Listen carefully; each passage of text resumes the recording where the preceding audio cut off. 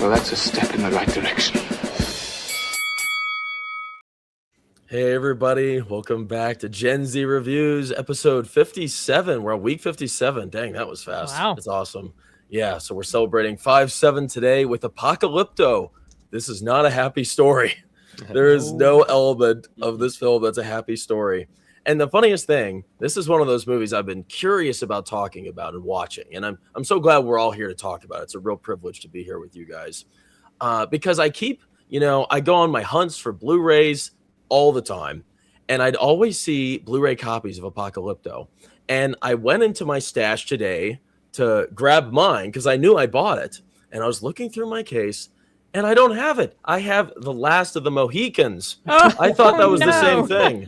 So that was pretty disappointing. Maybe this whole time that's what I've been seeing at flea markets, but I really thought I had Apocalypto. So yes, everybody, if you're not too familiar with the movie, it's very stark. And, just like Passion of the Christ, it really stands out. And those are like, they both have really a very similar level of disturbance and intrigue to them that it really stands alone. And you just know you're watching a Mel Gibson film when you're seeing this, because he is the puppet master of this great story. And you really wonder why he did this, because it's just so irregular. It's not like anything else he's done. And it's just utterly perplexing. So I think we're going to have a lot to talk about here. And of course, I'm joined by our friends here, Sin, new friend, Ben Slack. Good to have you on, buddy. And World War Joe. And the way this works is we're going to talk about Apocalypto. We're going to break it down into different chapters if this is your first time here. And we're going to get into those. I have about 6 chapters here that are dense with a lot of story that we're going to break down. And we're also just going to talk about generalizations about the movie altogether. And if you haven't seen the movie yet, of course, we are going to be spoiling it. That's the whole point of this conversation. But, this movie came out back in 2006, quite a while ago, 20 years ago, which is really crazy. That's blew my mind when I was remembering that. Holy cow. 20 years old. I'd like to see this in theaters. I wouldn't mind a re-release, but I don't see that happening. But, the story, it's a strange story, like I said. We are in the twilight of the Mayan civilization, and we follow a peaceful young hunter named Jaguar Paw who lives in a small jungle village. His world is shattered when brutal raiders attack, slaughtering many and capturing the survivors, including Jaguar Paw, to be sold as slaves or sacrificed in the great Mayan city, which is an utter horror that I'm really excited to talk about. What follows is a relentless, heart-pounding chase as Jaguar Paw escapes his captors and races against time through the dense jungle to return home and save his family, while the decaying Mayan empire crumbles around him. So yeah, it's a pretty interesting premise that plays out like a tune. This movie does not stop start to finish. There was really no moment where I could take a break or stand up, go to the John. You just had to sit there locked in the whole time. And it's really engrossing like that. So I'm glad we're all here, because I'm pretty sure everybody here has pretty different experiences with this. This was Luke and I's first time watching it. Let us know if this was your first time watching it. And nevertheless, how has this movie intrigued you since you saw it? I think I enjoyed it more upon a rewatch.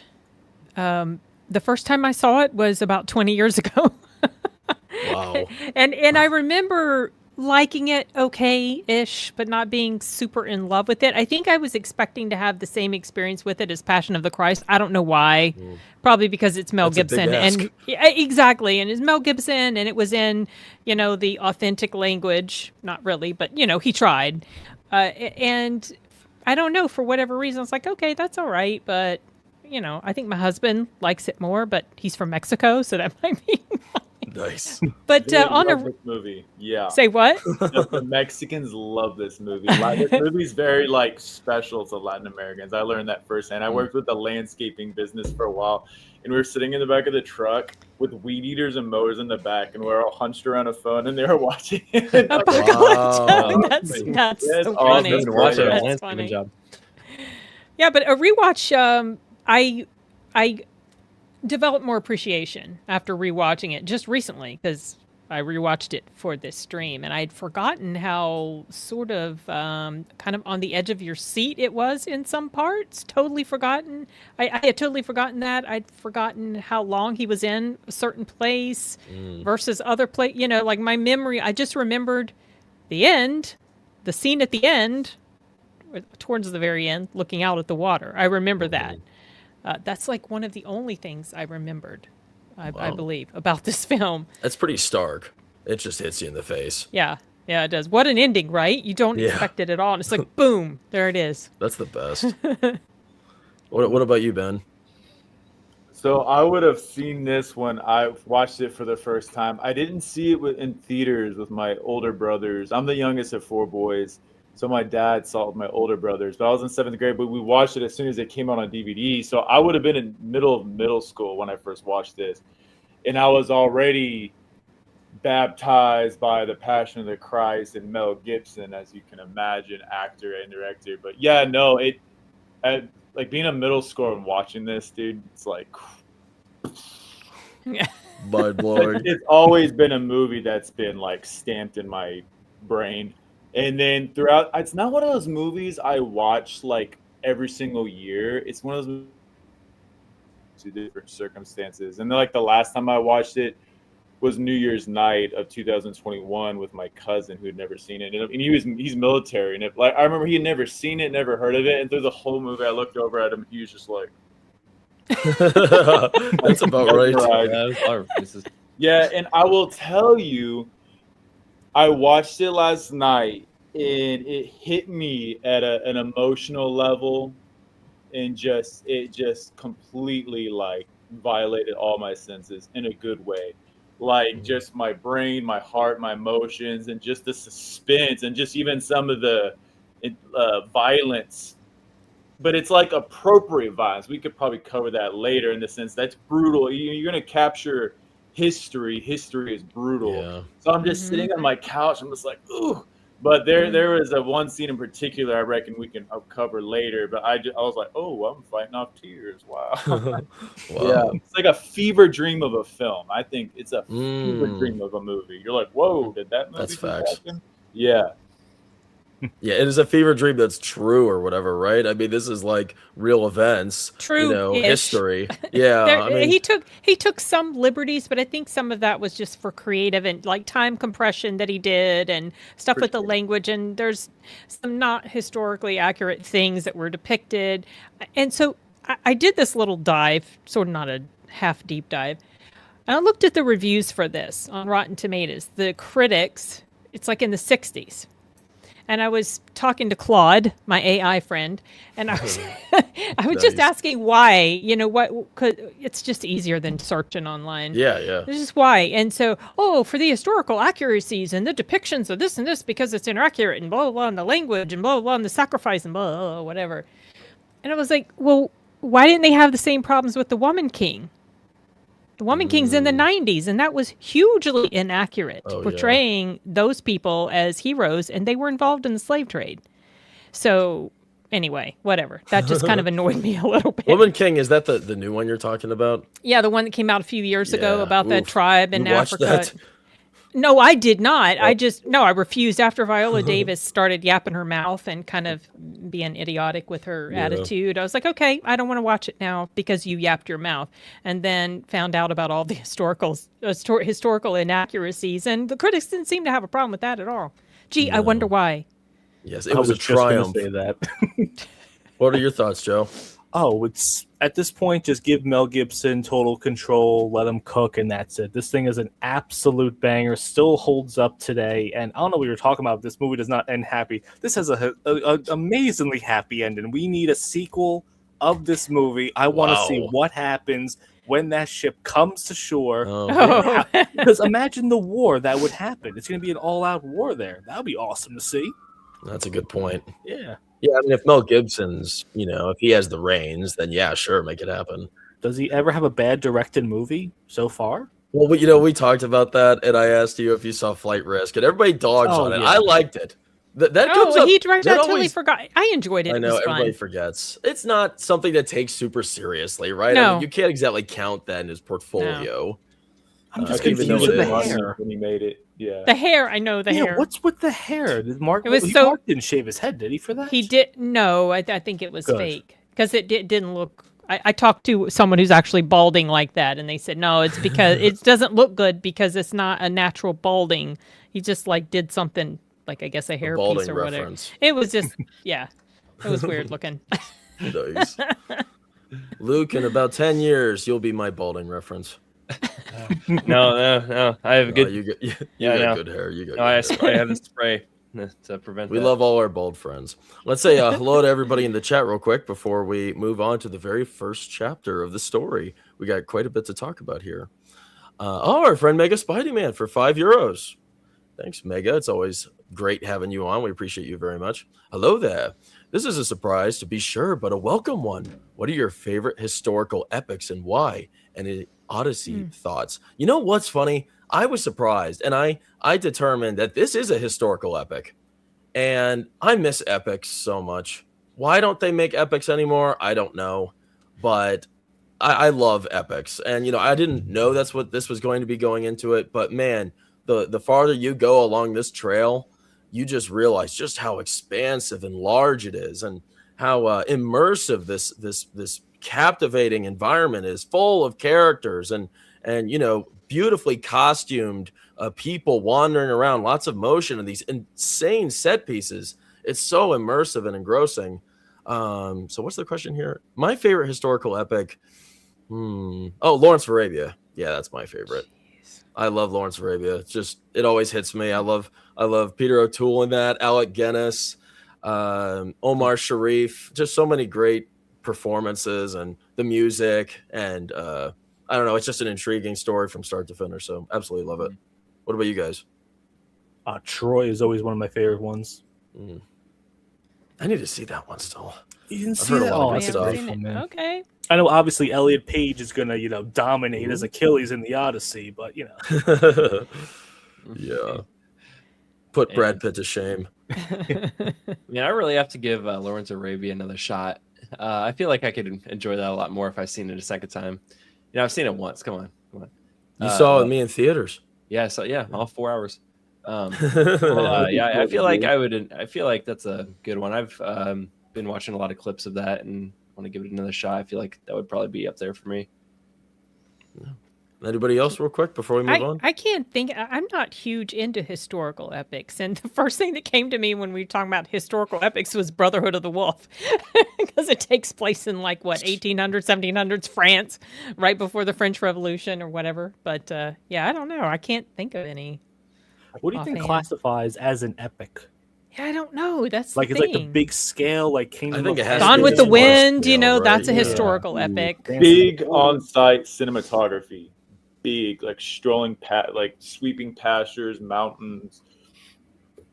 As something regularly infused, not just moments too, I would say. Yeah, With you see the main Tombstone. characters in a group of other characters slowly moving. I just revisited Dance with Wolves, highly inaccurate, but hell of a epic. And then I just watched Out of Africa for the first time. I thought it was incredible. People dog on it because it won Best Picture and it beat out other movies of '85, but I thought it was pretty damn good. Well, it's like we live in a generation where everybody's watching 1-minute clips all the time. Yeah. So it's just these movies become more and more of ancient statues, It's sad, but here we are. We're here for a very extensive conversation. There is hope. Our friend, thank you, Mega Spyman. We appreciate you. Proct File member for 2 months. Good evening, boys. How are we all doing tonight? We're doing great, Proct File. Doing great. Good. We're pumped. This is a deep one to get into, buddy. So got a lot to say. Oh gosh, Boica. So you're jungle curious. You're freaky, bro. You're always freaky. Good to see you, Boica. Thanks for joining us. Our friend Megan the Texan. Hey, Megan. Hey, Friend of the Megan. channel. Hey everyone, what's up, Ben? Our friend Ian Morrison's here too. Good to see you, Ian. Thanks for joining us. Ian. Let's see, anybody else? Great. We appreciate all you guys. Let's get on over to the first chapter here. The introduction to this new world that seems just very foreign to our own, even though this is planet Earth. Even though it might seem like this is some fictional world from far away in the distant past. I mean, it's really not that far from where we are today. It's crazy because it just feels so alien and unbelievable, really. So we follow, of course, this character here, Jaguar Paw. He's the hero of the story. And, he lives a very simple, harmonious life in a very small Maya forest village with his pregnant wife, whose name's Seven, not a very good name. And then his son's name isn't very good either, who is Turtles Run. Very interesting. And then his name is Jaguar Paw. I think he kind of, I don't really understand it. Does he get that name later on, or is that his name in the very beginning? His That's name his in the name. very beginning. Yeah. Yeah, Okay. that's his name. I think it's kind of funny how I don't really see the characters name each other very much, so it's kind of hard to keep track of who is who. But, when I read about it more, it's like, okay, that's who that is. Because they'll say somebody's name like once, and then that'll be the end of it for the rest of the movie. Like the wife, Seven. Like, I don't think anybody says Seven at any point in the film. But yeah, so that's the story there. And a very simple lifestyle these men have. The men, in the very beginning, they're hunting a tapir. There are, classic stories around the fire. They're celebrating. They're living normal lives. It's a very kind of a community heavy group of people that live together. It's simple living. They're poking fun at each other. They laugh. They're, just at peace. It's a very peaceful lifestyle. They have mother-in-law issues. Mother-in-law issues. Yes. Yes. Right. A universal issue, I guess. Yeah. Right. Even all the way back then in these distant little communities, it doesn't end for anybody. Poor bastards. But yeah, what none of these people are expecting is that there is a serious danger lurking and amassing in the distance, and they don't really have too much of a clue of it yet. So this is just the introduction to the characters, and we'll go through this kind of quickly. We don't have too much to linger on here. But something I found interesting was that although we are introduced to a collection of characters here that are so different from us in so many different ways, they feel very real and very close. Like it seems like they could still be a part of society today, despite their more, tribal traditions and such. And you were starting to allude to it there, Sin. So what is it that Mel Gibson does to bridge the gap between where we are today and these characters to a point where they just feel familiar and real? Well, because they're humans, and humans are generally very similar across all, right? Across different parts of the world, different times in history. Humans are kind of just very typically the same in nature. And obviously problems are different for each generation. These people, they had to work every single day for their food, whereas we can just go pop something in the microwave or on the stove. You know what I mean? So things were different in that regard, but they're humans. So they were acting very human, like all the rest of us. So we could identify with, seeing the whole mother-in-law thing, I felt really bad for that poor guy that couldn't make a baby, though. They really picked on him something terrible. Yeah. They do I will tell you, I feel like they do a brilliant job. Like, they immediately make him the butt end of the joke, but at the same time, they also establish through the marvelous writing and Mel Gibson's amazing direction. And that actor, these are all a bunch of non-actors. That's what's so, it just shows you how damn good Mel Gibson is. But he shows backbone immediately, like when he attacks Jaguar Paw, and they're fighting like little boys, but they're throwing live blows, but it's like they love each other. They are brothers. And then, they pull that it's really mean prank. It was terrible, poor guy. The peppers on their private parts, and when he runs out, when he's putting his balls in the water, the village water, he's crying, but he's also laughing. Yes. Okay. He's got this whiny baby. He's a good sport. He loves the village, his family. Something that I will tell you, I like how immediately, number one, the film starts off in the jungle. It doesn't start off with a sweeping shot. It gives one little quote, and that's it. It's like immediately opening shot in the trees, in the jungles, in the humidity. That part of the world is humid. Like Mm. it makes Houston feel like Sissy'sville. Like it is our deep south. Like it is so human in that part of the world.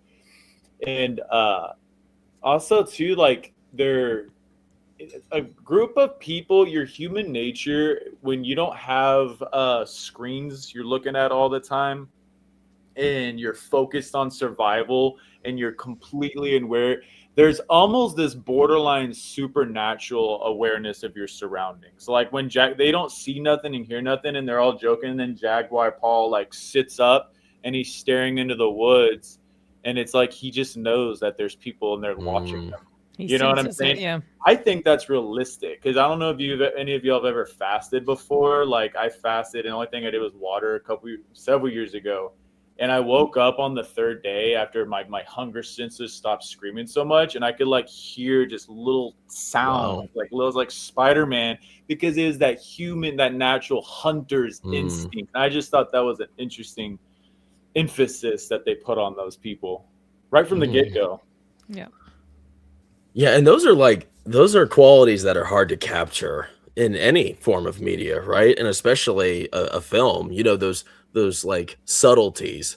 And you know, it's really subtle the way he does it, but you know, you just are immediately convinced, and you know what's happening when he shows you those things. Like, you know, when you get that close up of him kind of you know, eerily staring into the jungle, and it's like kind of momentary, it's not a very long shot or anything, but you just feel everything that's happening and your mind just fills in the gaps. And you know, being able to orchestrate those more, I don't know, minimal you know, human tendencies and human you know, human strengths like that, that's pretty impressive. And I don't, that is something that is completely lost nowadays, like those tiny elements that kind of beautifully paint the picture totally.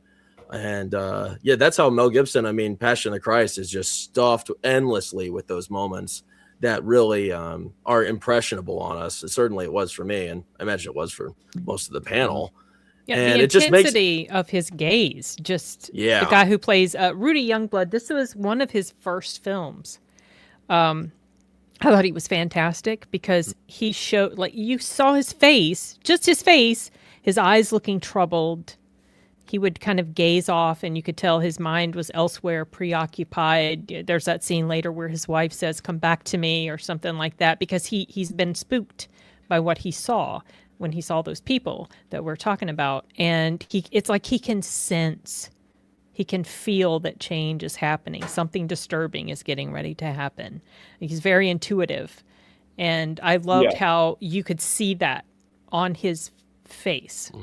I was very impressed with his performance. Everybody in here was great, but I really liked his performance because he's kind of the MC.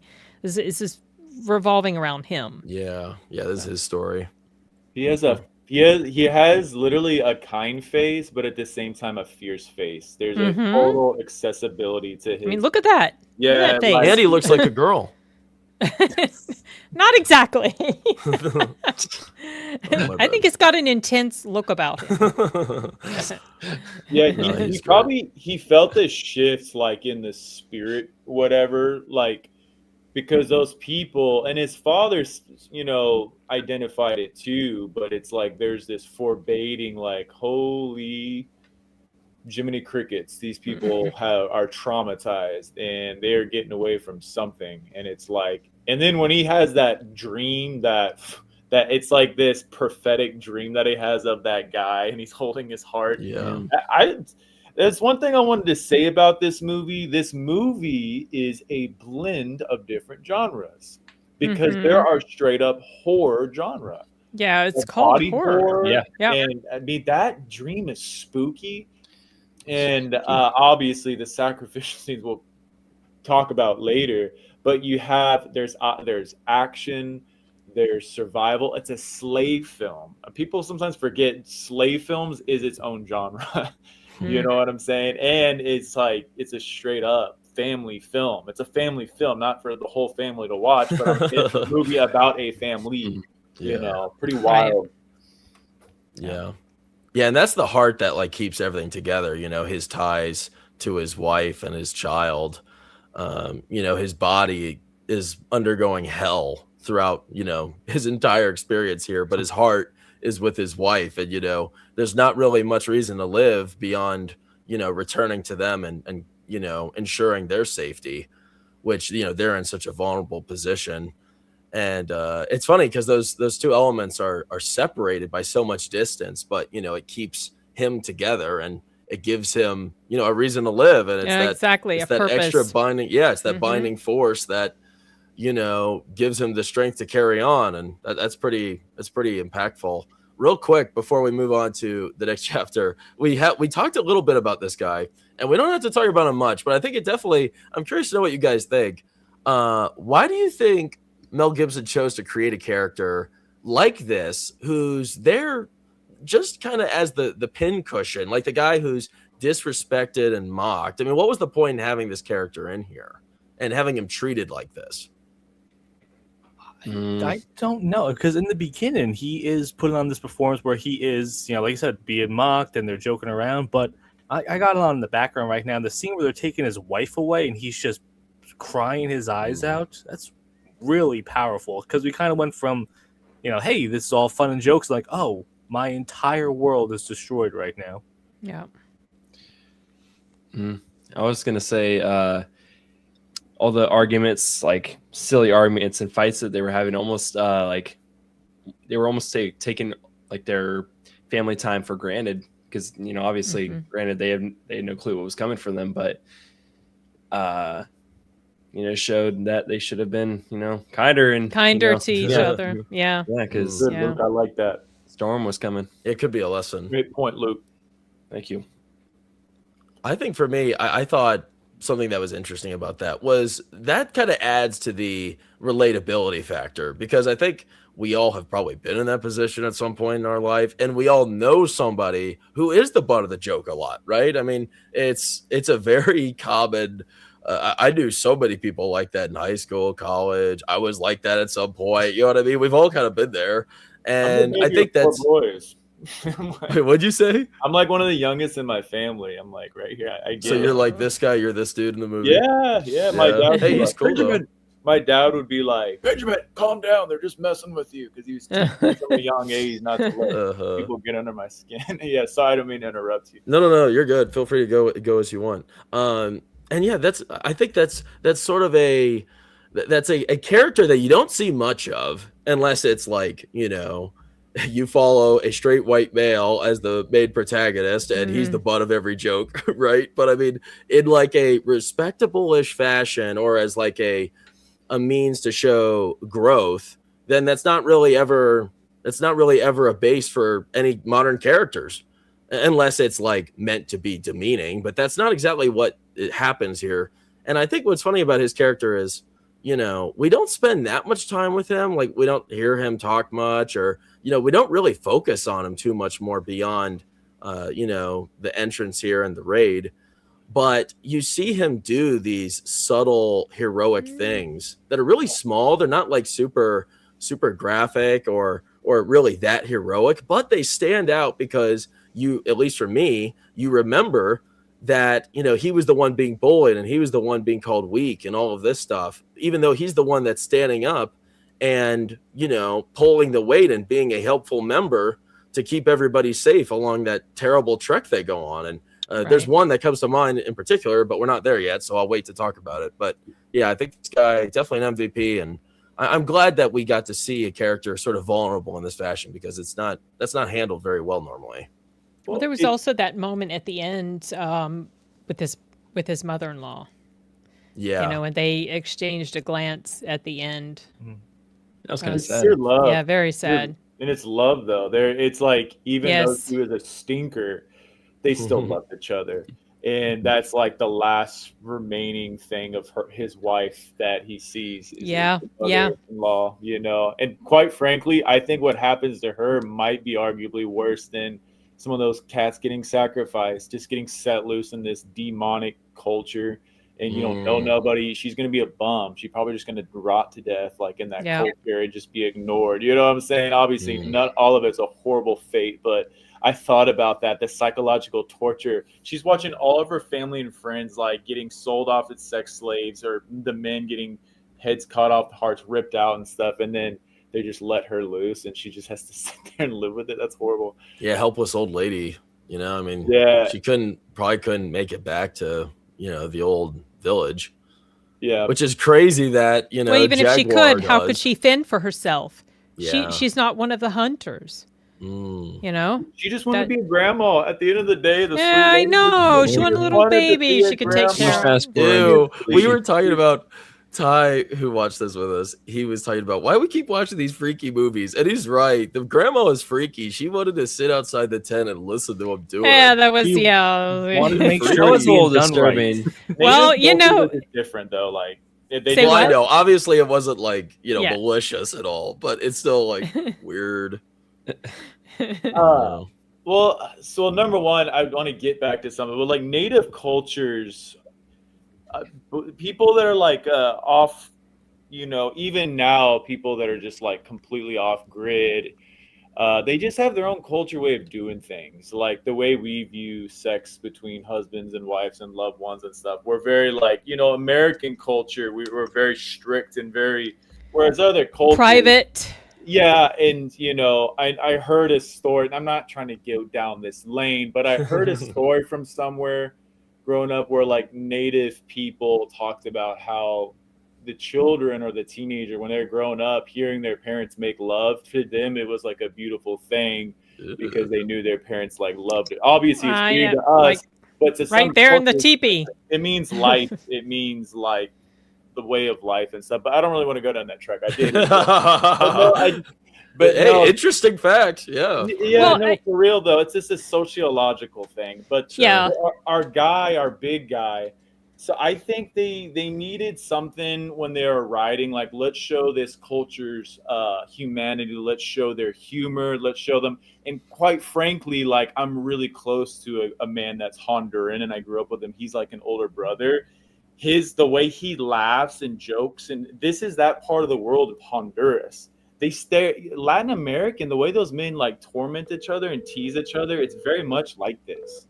It's a beautiful, like, it's this, the way they act in this, it's not far off. Like they just mess with each other and go hard. It's like funny, but they needed a character to interweave. But also too, man, it takes like 7 of the Mayan warriors to take him down. This dude whoops ass. He's like throwing them against trees and stuff like that. You see how much of a badass he is. And maybe it's a little bit of this, like, the big brother, they know he can take it kind of thing.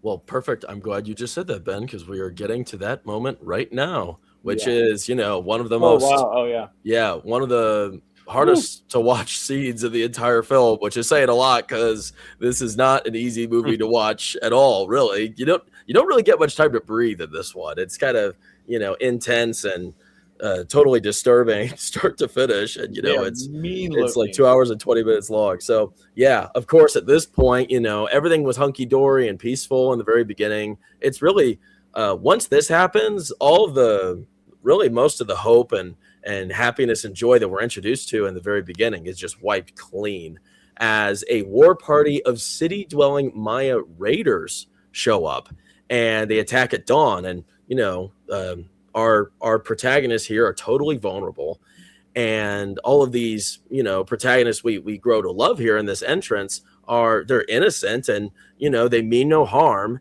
and they are totally taken advantage of here. They're brutally beaten and they're round up as their huts are burned in the distance, and there's no time to spare. All of this happens really at a terrible time, and nobody was prepared for this. Everyone was sleeping. And Jaguar Paw, thankfully, he had the foresight to gather his wife and his child, and he had sort of a contingency plan in place for, you know, dangerous situations, and he lowers them into this deep sinkhole before being captured himself and forced to watch his father's death in front of his own eyes. Very scarring moment. And from this point on, the raiders, they tie up the men and the women, and they pull them away for the long, exhausting journey to the city. This is definitely a very stark moment. My gosh, very graphic and disturbing sequence here. My first question for you guys is, these guys, this community here, they're not stupid. You know what I mean? They are survivalists, and even though they aren't evil, and they're not brought up by evil, and they don't embrace evil like this awful raiding party. They are definitely competent, and they know how to take care of themselves, and they're not stupid, and they have strength, and their core is a strong core, and they embrace courage. They cast out fear. That's the principle all those men are bound by. But at the same time, it's very strange because they were completely vulnerable to being attacked here. Why do you think that happened? They just came out of nowhere. They weren't expecting it. I mean, I know obviously you should be more prepared though, but the numbers were severely against them. And they were so much like they were so advanced. Their clothing was nicer. They looked neater. And all in all, World War Joe, yeah, you're right. They just bum rushed them. But also too, the way they did it. These guys obviously the village, they're hunters and everything like that. This is war on the other end. There's a brutality to it. So maybe that's not what they were used to. They're used to hunting boars and stuff like that. They're not ready for a fight like this. Yeah, and I get the sense that they had no idea about these people coming in either, because this tribe, the original tribe, is described as Mesoamerican, late Mesoamerican. So I don't even know that they were Mayans. Not sure. I haven't dived deeply into. From what I was looking up, they were that. saying that they were Mayans. That everybody here is Mayan. I mean, it takes place in the Yucatan. That's where the Mayans were. But I don't get the I don't get the sense at all that they were part of this larger culture. They were just their own group, and I don't think they had any idea about this other group that was coming after them, because when they saw the people in the woods, you knew that that's what those people were running from. I mean, you figured it out later, but they didn't have any idea. They just knew something bad was, or Jaguar Paw just knew something bad was going to happen. These people were running from something, but they didn't know. Maybe if they had known, they could have tried to be prepared, but they just were clueless. They, had no idea. So it's easy to be caught off guard when something like that happens. I think even prepared, I don't think they would have stood that good of a chance with these guys. Probably not. These guys were seasoned warriors. They were savage too. And the original group that we're introduced to, they're not warriors. They're hunters. Right. Yeah, that's true. Well, I gotta tell you, watching Jaguar Paw take in, well, first and foremost, the main head honcho Mayan, the dude with the like this. Yeah. Oh my God, how insane is that casting? You take one good look at him and you're like, oh yeah, he's the boss. You're like, that's an impressive looking man, and it's he's a pretty established actor too. I profile, recognize him. his profile comes in and he's just got this like badass like Mayan, that part of the world, like sweet, nose. bro. Wait, which guy are you talking about? Okay, this guy's Center. that guy. Okay, he's not the boss. The boss is the guy that called him out for letting the one guy The go. guy in the center here is the boss. I'm literally talking about the older dude whose son dies later in the film. Yes, that guy. This isn't that guy? The guy in the center? No, this is not that guy. The guy who plays the actual boss of this group of people, he's an actor I recognize. I think, is his name Rudy Trujillo? I've seen him in different things before. He's the boss. This guy's the bully piece of crap who wants to be boss. No, that's the guy on the left. The guy on the left is Middle Eye. Oh, the guy on the left. This guy doesn't look. Bully. Okay, so this guy doesn't. No, you're right. I'm sorry. I apologize. Right. He is, because I see the things on the side of his You see his disgusting shoulder. septum piercing. No, but I mean, I see the things on the side of his shoulder, which he had that, but he was also at some point, I thought, wearing a headdress or something. Yeah, he was. He had a giant helmet. Okay. Yeah. So that threw me when I saw him there. The guy, when it first shows them approach the village, it's the guy that looks, and it's amazing profile shot, and you see the men go to his right, and he just quietly does this. So yes, powerful. and then Yep. it's like he knows they all disperse and go. It's Yeah, like and you're hunting like, dogs. oh It's crap. literally like hunting dogs, like so well trained, and they go in and they're so silent. But then Yeah. you have I just wanted to comment how badass and impressive he is. What insane casting, insane Yeah. performance. But then we got our rat guy. I'm just gonna nickname him the rat guy. You Yeah, know, he's the one that's just terrible. bloodthirsty and sadistic. Wow. So he is obviously the right hand man of the main head honcho, and Jaguar Paw takes him on. I feel like our good villagers. I actually feel like if they were prepared and they were on the defense and prepared, I think they could have arguably taken these guys on and scared them off. I do. They weren't prepared. That's the problem. Because watching them run around in the beginning, not to rewind to the beginning, but watching the way they take on that hog, they are an impressive race of people. And then even just Jaguar Paul himself is just incredible. You know. Well, yeah, you know, it's interesting. Oh, wait, here, Roar Joe, you go. I was gonna say it's also a thing of styles too, because later on, I don't want to. We'll get to it later on when Jaguar Paw is trying to take them all out. Though he's using guerrilla tactics. He's taking the thing on the toad and he's shooting them from there. He's setting up traps. So it's a completely different style to it. I appreciate you guys have called out that, yeah, this is like a group of hunters. This, our protagonists. That makes total sense. But at the same time, it's weird because they have no fear in all this, and they seem like they have like a warrior spirit, but they didn't have, you'd think somebody be watching over the night or something. I mean, maybe everything's just been, peaceful. Like maybe they haven't had, faction disputes or, clan disputes leading up to this, but, they were totally unprepared. And it's kind of interesting because this movie, it features so many different levels of vulnerability. I mean, you just see everybody's super vulnerable, like the way that they're dressed. I mean, none of this armor or the clothes, they don't do anything for people. They don't guard you at all. And you're also, their weapons are blunt. They don't really have the best weapons. The huts, you see how vulnerable those huts are when they scorch them, all that time, energy and effort put into those huts, those homes quickly goes up in flames. And their spirits aren't that vulnerable, but at the same time, there's just nothing that anybody can do to save people because of the overwhelming odds put against them. Vulnerability is just such a strong featurette here, and I think that makes it that much more gripping to follow our heroes here and all of the poor, innocent people, as well as the women and the children that are dragged along as well, because there's just nothing that could be done to save them. And the men are disabled. They have no way of doing anything because they are completely immobile. It's a pretty strange situation. And this sequence here, it's definitely that moment where everything changes and nothing, you can't go back to the way it was. What do you guys find to be particularly shocking about the Raiders, and what stood out to you about this entrance into who they are, what they believe, and their sorts of habits and such?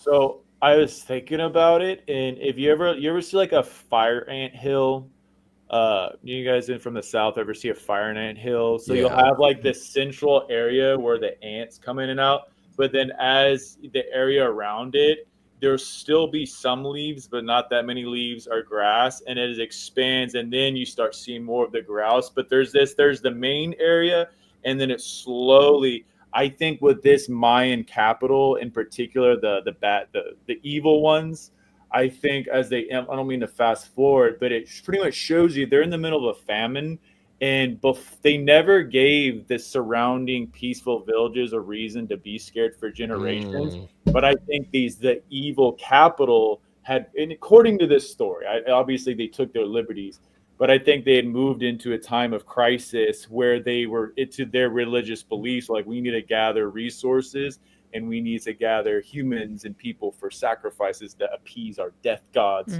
So I think they just got greedy, and I think they're more morally on the evil. Their thinking was they just said, because remember that the film immediately established that this other village had been raided and their land had been taken over. So it was forbidding, obviously, foreshadowing what was about to happen to our protagonist village. So I think it was a semblance of like desperate times calls for desperate measures. And like I said, I think for generations they never gave this poor village a reason. That's a great Because point. when they finally saw the city, they were mesmerized. I don't think they've ever seen anything like this. And as Jackson was saying, their homes are just really simple. I don't think this civilization has ever actually seen anything outside of their own little world. That's what I was saying. I think they had no clue about these people at all. And his father said it. He goes, "My father and his father taught for generations. We hunted these very jungles, just as I will teach my son." It's very powerful. It gives me chills just talking about it. Pretty much saying that that's been their turf. That's been their hood, right in that nook, that jungle. You know, that's interesting to consider all of that. And you made a great point there, Ben, that, you know, this city, it's been there a while, right? I mean, it's so well developed. I've kind of considered, like, you know, because obviously they are so evil, and everybody in that city, they're all totally fine with it, right? I mean, unless there's some sort of revolt in the background, that's not happening from what we see in this film. Everybody's totally on board with the savagery of their people. And I think it's kind of interesting because obviously they are, I feel like they're emboldened by, you know, their witchcraft leaders, you know, the witch doctor. You know, when we get to the point where we discuss the pyramid, something that stood out to me a lot in that sequence was you had like the witch doctor. He's sort of off to the side and he just keeps mumbling and murmuring, and he's moving his hands around. And it felt real. It felt like this guy had some sort of sway over the events of what were occurring in front of us. And you know, it's just interesting how, you know, I think everybody was kind of born into that level of evil, and it just became, you know, it became ingrained in their spirit. And as you saw, you know, that scene it's so perplexing and hard to watch because of all the people embracing it too. And, you know, we'll get to that later, but, you know, I think the evil is just, it's bred into these people, like you said, you know, relating it to how it, you know, the hunting and the strength and the lack of fear, avoiding fear is sort of bred into Jaguar Paw and his family. You know, it kind of continues that lineage. It's not just our main character that feels that way. Right. Yeah, it's so interesting you say that with it's like in modern days, what people do not realize is like cartel from like that very part of the world today, they still physically do similar things to what they convey in these human sacrifices scenes. And hello, they have that witch doctor at the top of the pyramid. A lot of these like top of the cartels still have brujos and brujas blessing their enterprise, helping like literally call shots. Very interesting. Very interesting. Obviously, there are marvelous people that come from that part of the world. Beautiful people. I don't want to sit there and say, "Oh, they're crazy." I got to be careful here. But it is very interesting. Yeah, definitely. It's cool just like seeing the different cultures here too. You know, it's so different than our own. So like just in general, considering this entire sequence, what did you guys find to be so devastating? Why did this raid sequence feel as disturbing and wretched as it did? What made it that way? I'd say all the children watching and all the children be separated from their moms and dads, and they had to just follow and watch their, you know, their loved ones being strangled and yanked and, you know, taken away. Yeah, being left behind. For themselves. He's like dangling the infant. He's trying to get the mom to stop fighting, so he finally. And those women put up a great fight. Let's give credit to those village women. They're all. When our guy, that the butt end of the jokes, she's fighting till the very death. You got to give her kudos. She's biting dude's cheeks off and stuff. Oh yeah. But dude, that one guy, that village woman is putting up such a fierce fight that Mayan warrior finally grabs the infant. It's horrific. I don't even feel comfortable talking about it. But she's just dangling the infant, and that's what like settled. Yeah. And it's so brutal and it's so evil when the predators prey on their prey's emotions. Like, they are so aware that these villages love their families and they love their children, and they're literally using their children as weapons against them. Like, when Jaguar Paw, of course, Jaguar Paw can't help but look over where the thing is, and you see that one Mayan just immediately spots it, and it's like he knows immediately, and he's immediately messing with Jaguar Paw's head. Like, it's so wicked. It's so wicked. And you know what? That kind of stuff still goes on today. It's still got people bury because their heads. it's human nature for a lot of people, and something that separate, so animals. Wait, real quick, do- Sid. I'm Jen, hearing I think it there's, too. Yeah, there's an echo. I think it Yeah. might be whatever you're using. You might need to put earbuds in. Earbuds. That's usually kind of how it goes, sadly. Okay, hold on a second. Is this echoing? Echo. Testing. It's our Yeah. voices that are echoing. Yeah. Really? I don't know what to say. Like I know, can hear that's annoying. myself when I talk. Interesting. You could maybe you could also mute yourself and then unmute when you want to talk. Oh, okay. Here we go. But yeah, you might just need earbuds. Earbuds So- are My typical. apologies, guys. Earbuds are It's all good. best. But Or headphones. the villain, Middle Eye, though, I've always said that Jason Isaacs for me is probably the greatest villain ever. I think this dude's up there too for me. Wow, you think he's that high, huh? I think he's just pure evil, and you just root for him to die in the end. And when it finally happens. Like, that's what the best stories are of heroes and villains. You need to have a solid villain, and this guy, I think he's way worse than his boss. Oh yeah, he is. Yeah. There's more reasons to hate him. Yeah, he takes pleasure. Like, the boss seems to come at it from, this is just the way it is. This guy takes pleasure in seeing the suffering of others. And what I was saying earlier was, animals do horrible things to other animals, right? But it's not done out of maliciousness. It's just their nature. Now, humans do have a nature, right? We do have a nature for violence and doing awful things to people. But I think what separates us from the animals in that regard, even though we're animals, whatever, is that some people just have a certain makeup about them that they get pleasure from hurting other people. And there's certainly several of these guys, especially that dude on the left, that enjoy it. Yeah, I almost felt like, I want to believe that he's just corrupt, and he just he has his leader in his head that he's afraid that he'd take great measures if he has any sympathy or remorse for what he's doing. But I don't think that's the case, honestly. Oh, no. I don't think so. I don't get that sense at all. I wanted to believe that, but no, I just I came to terms that he just loves torture.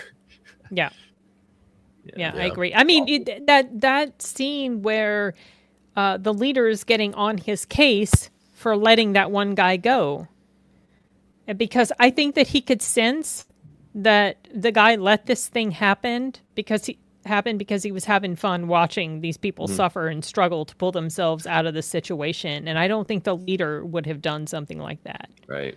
No, because he's there. The leader's doing this because it needs to be done for our village. And hey, it sucks, but we got to do it. Yeah. But it's so brilliant. And once again, I just can't. Can you guys hear me okay? And You sound good. Is the echo The echo's gone now. No That's echo. good. Yay. Nice work. You You figured it out. I don't even know how to do it without earbuds, so nice job. Yeah, I can't. Well, I can't praise enough of Mel Gibson's direction, and then the guy that wrote it with him, I forget his name.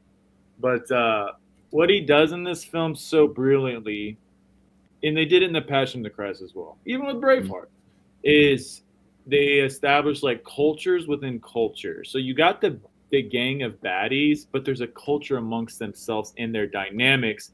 And watching the main villain, I'll call the main badass head honcho the main villain. I'll call the other guy rat guy, just because I don't remember their damn names. But the main villain, it shows him take his damn. Well, number one, you see him get in the way of the rat guy's bloodthirst at the end of the village raid. That's enough. And the rat guy is holding back. And then once the main villain walks away, the rat guy then kills Jaguar Paw's dad after the villain walks away.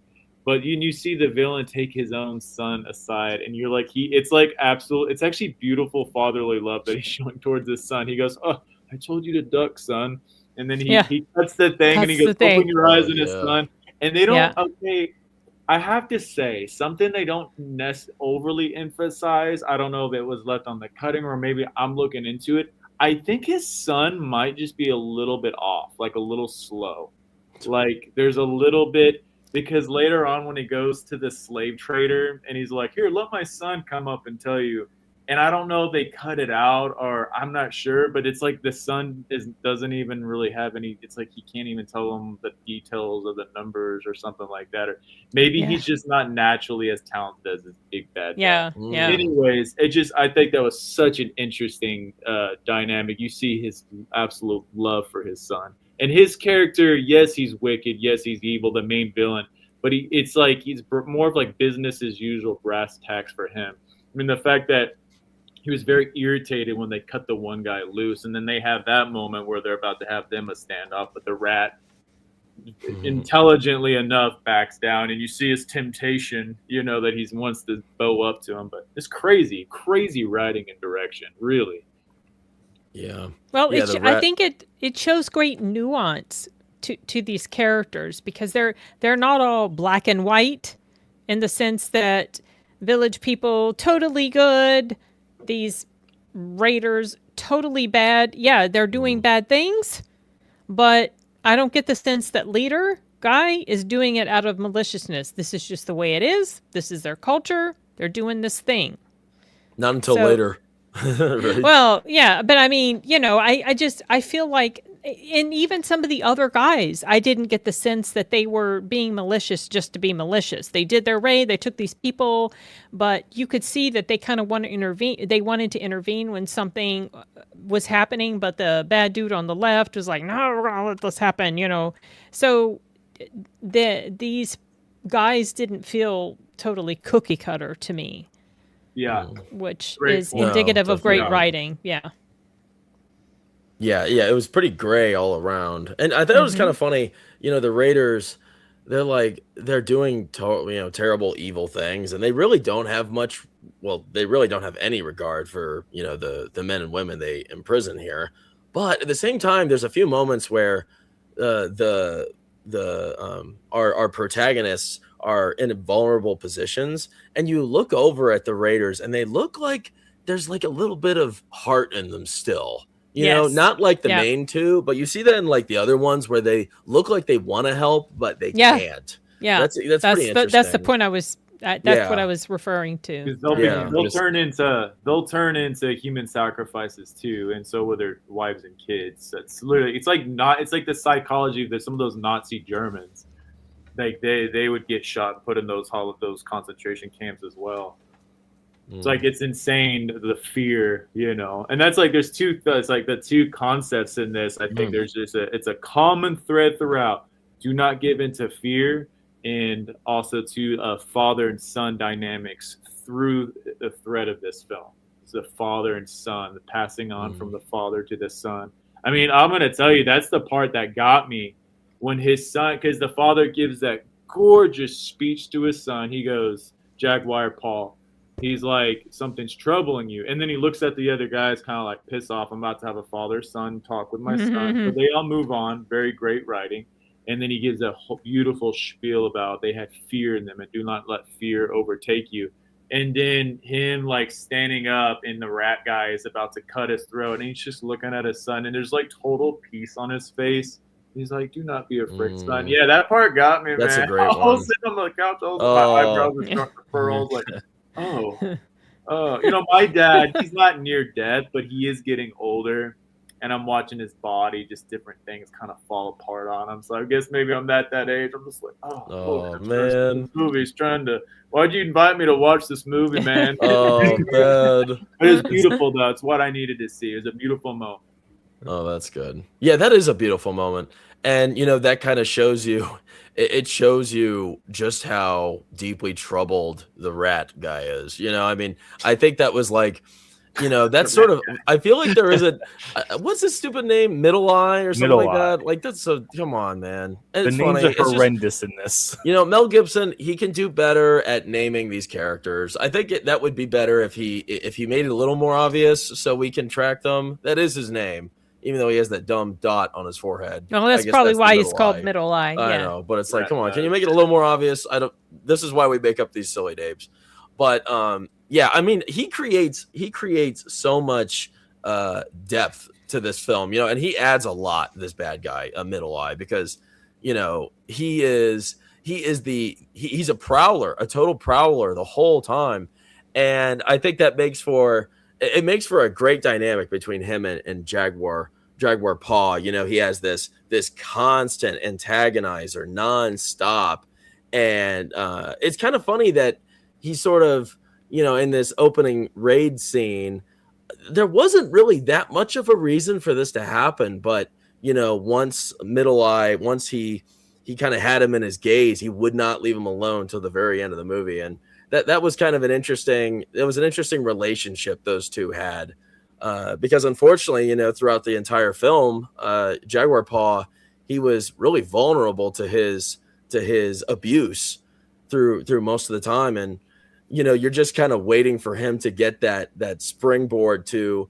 retaliate in any degree, but it doesn't. It takes a long time to do that, and I think you know, by the end of the movie, when he gets to make his move, which he only gets one chance to make his move, it pays off pretty well, even though it's a pretty quick moment. So yeah, those two definitely. If it weren't for him, I think a lot of the tension and thrill of the film would go away, because you know, you just want to see him get his by the end of the movie.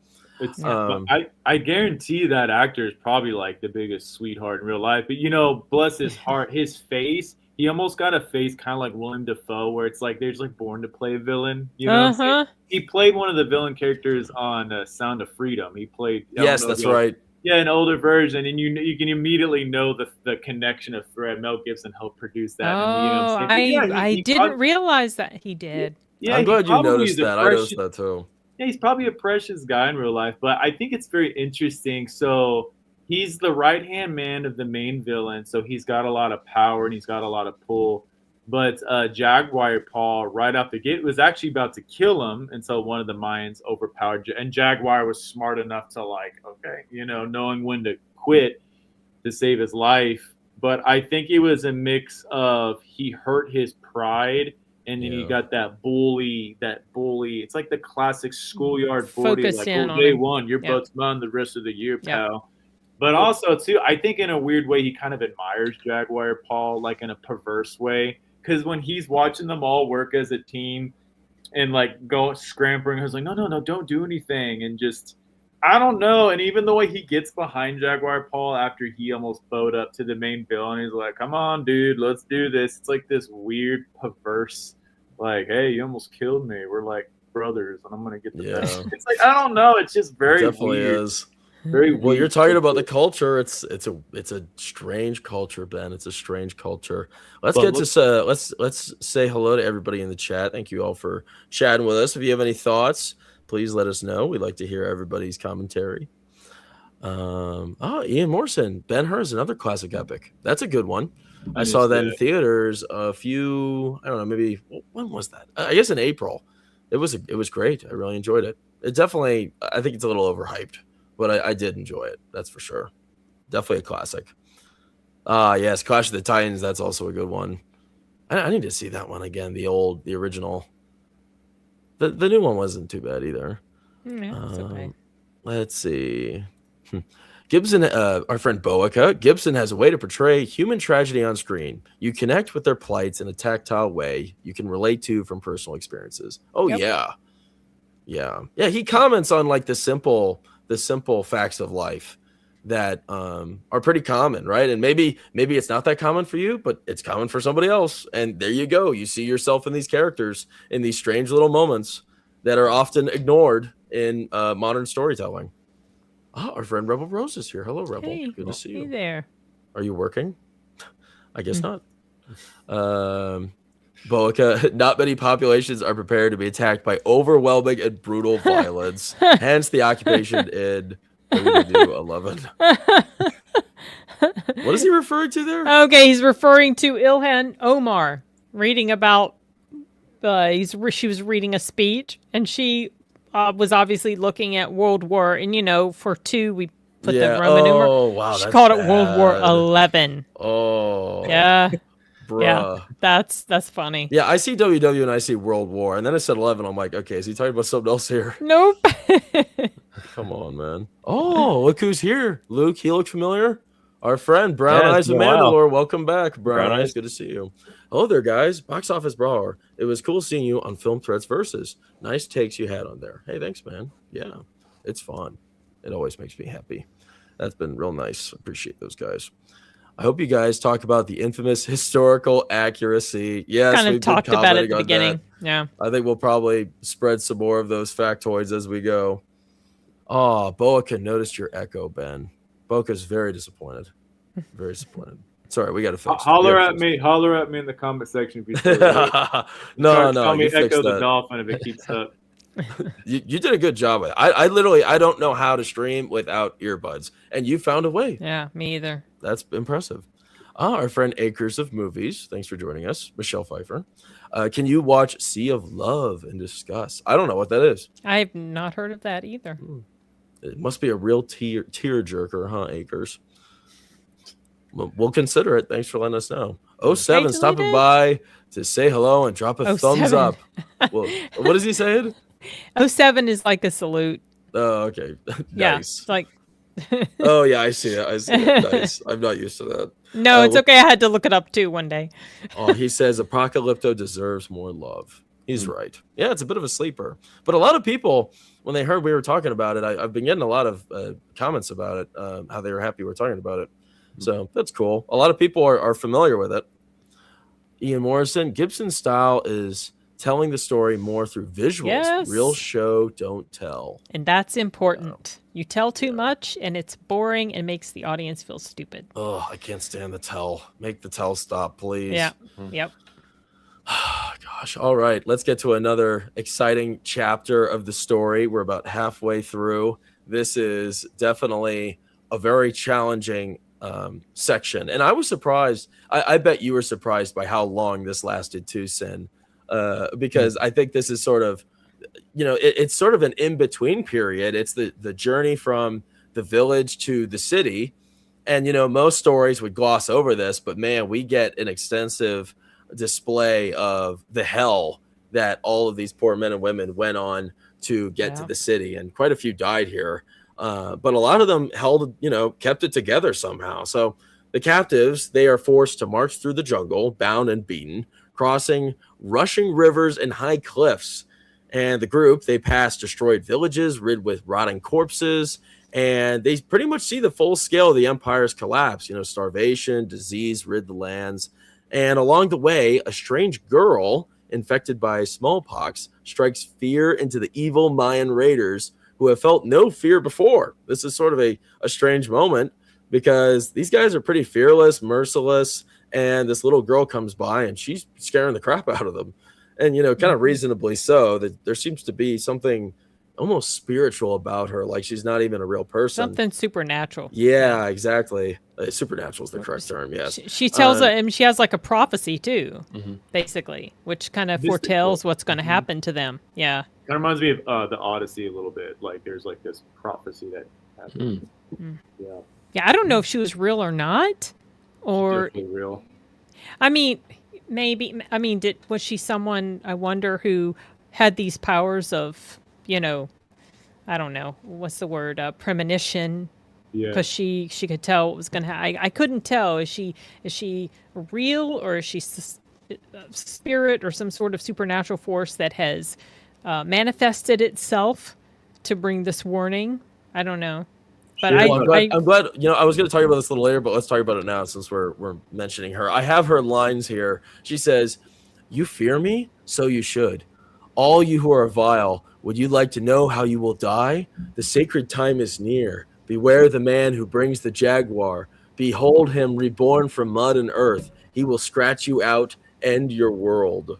That's pretty stark for a little girl to be saying. I mean, do you even know what these words are that you're saying? I mean, these are. That's the thing, right? Message. Yeah, it doesn't seem like something a young child like her would say. That's why I started to wonder if she really was real or if, maybe if she really did have some sort of premonition type powers or whatever, maybe she was older beyond her years in a sense. I don't know. I liked her performance in here. Just piercing eyes, man. Those Oh are like my they gosh, look at yeah. very good stare. Well, I know from like my life, sometimes like people that like say stuff like that actually end up happening. It comes from you a lot of times. Like there's like we're very saturated with like a lot of YouTube prophets and people saying this is what's gonna happen next. And I want to be careful because some people can bet accurate, but they almost like make business off of it. And I know from my experience, people say stuff that actually end up happening in a creepy, unsettling way. You're like, it comes from the most unlikely of sources because I've seen there's like people almost like can have a little bit of, like special needs, but then all of a sudden they'll just like know stuff. Like I'll just say it, like my great grandmother in the Midwest, she was so crazy. She was manic, very bipolar. She was nuts before in a time in the early 1900s when that just wasn't even. And she would wake up in the middle of the night without anybody knowing, no cell phone, no newspaper, and she'd be like, "Oh, so and so just died." And then the next day they all wake up and somebody had died. And she, you know what I'm saying? I'm just saying, it's like I grew up. My family's got some crazy stories, but her character makes sense to me, And then she's like on death's door, and it's like this evil culture has invoked the wrath of God upon them. And then you got this little girl, this virus, you know what I'm saying? It makes sense. And it's a very powerful moment in the film that makes it a little bit, kind of, I'll just use the word a little bit mystical, the mystical genre thrown into the mix. This movie's a hodgepodge. Well, I think what makes it like kind of stark is at first, like she's acting like a normal little girl that wants to be embraced, her right? crying. And then all of a sudden those guys are like, kind of pushing her away with the stick. And then she just snaps into this mode where she's got this deadpan look, and it's like, this is a little girl that was super vulnerable 5 seconds ago, and now she's like embodying this totally different personality. And then she's saying all this stuff, and it's like, man, what? Like I thought she was like, like death itself or something creepy like that, some, like a ghost or something. And something strange though is that we also run into the older man who has the sickness as well, and he is sort of enlightened as well because he goes up to the Jaguar. He goes up to Jaguar and he's kind of, impressed by him and sort of crowning him to be special himself. And, that's assuming he knows something that, nobody else knows, that he has some sort of supernatural connection. And he was kind of right. I mean, it's sort of like, so many crazy things just happen by coincidence. You question if there is some strange supernatural connection, some that higher Jaguar power has. Yeah. So, well, what was his dream though, where the guy had his heart out? Does that have any connection at all with Jaguar Paw and potentially what this woman was saying? I think feels like it was foretelling. Yeah, he said run right at the end of the nightmare. Run. Yeah. He's like, and that was right when he woke up, and the raiders were about to like. Yeah. Maybe Jaguar had some abilities too, because he was the one that locked in on the potential, like something bad is happening with these people fleeing, and then he had that dream, which was like almost like a psychic foretelling or a vision that he had in the dream. Yeah, I think Jaguar Paw. And it's interesting. Her riddle makes perfect sense. Jaguar Paw's the reason, like, according to this movie, it's not historically accurate, but he ends up leading those two Mayans at the end of the film to the beach where the two Mayans see the conquistadors and the missionaries coming up.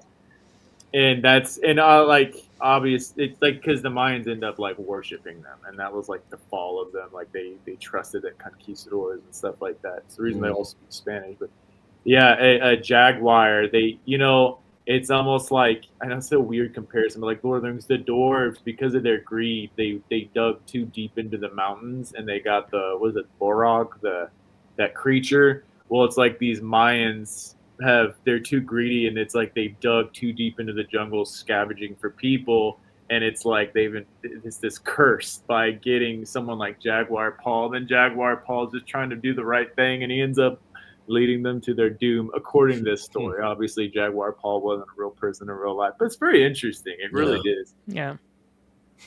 Well, yeah. Well, I'm glad you're mentioning that. I was going to talk about that later, but since we're mentioning it now, the supernatural connection. I wondered if obviously there is something strange there. Like he has like a divine purpose, or maybe not that exactly in term, but there's some strange intervention from the spiritual world that is dictating his future. I mean, there's no denying that.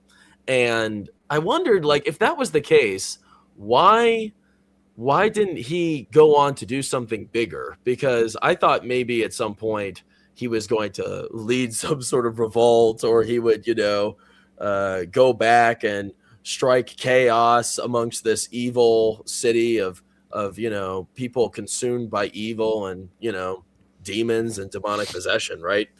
And that never happened. He was just he defeated all of these raiders that were chasing after him, and then that was it. And I thought maybe there would be a larger story involved, but no. And I guess maybe part of his supernatural sway over him was to unite him and those two other Mayans with the conquistadors, like you said. Maybe that is part of the big plan. That's set. Yeah, I think so. I get that sense. Who could he have gone and rounded up to go and attack or take revenge on these people anyway? They're severely outnumbered. There's no way it would have happened. So it was something that he inadvertently did. Well, they were kind of like he caused their demise just by trying to survive and escape. Well, these people, like the little girl and the old man, more so the old man was he was sort of suggesting that he was going to be like the savior. That was sort of what I was getting vibes of. And he wasn't exactly the savior. I mean, he sort of was, because he killed, those really evil people. But I mean, this is a huge system, and he didn't really save all those people by, doing what he did, unless you count, his well, actually, he didn't even do anything with the conquistadors. I guess he just, No, he just ran. He took off. He knew. There was something bad about these people coming, so let's go off into the forest. But we don't know what happens afterwards, because maybe he is technically saving everyone by bringing the downfall of this entire city, because the two guys are going to bring the conquistadors back to the city, and they're going to be like, whoa, is this gold? Maybe we should bring more conquistadors over here, and then all the sacrifices are gone, so then all the neighboring villages aren't being destroyed. Yeah.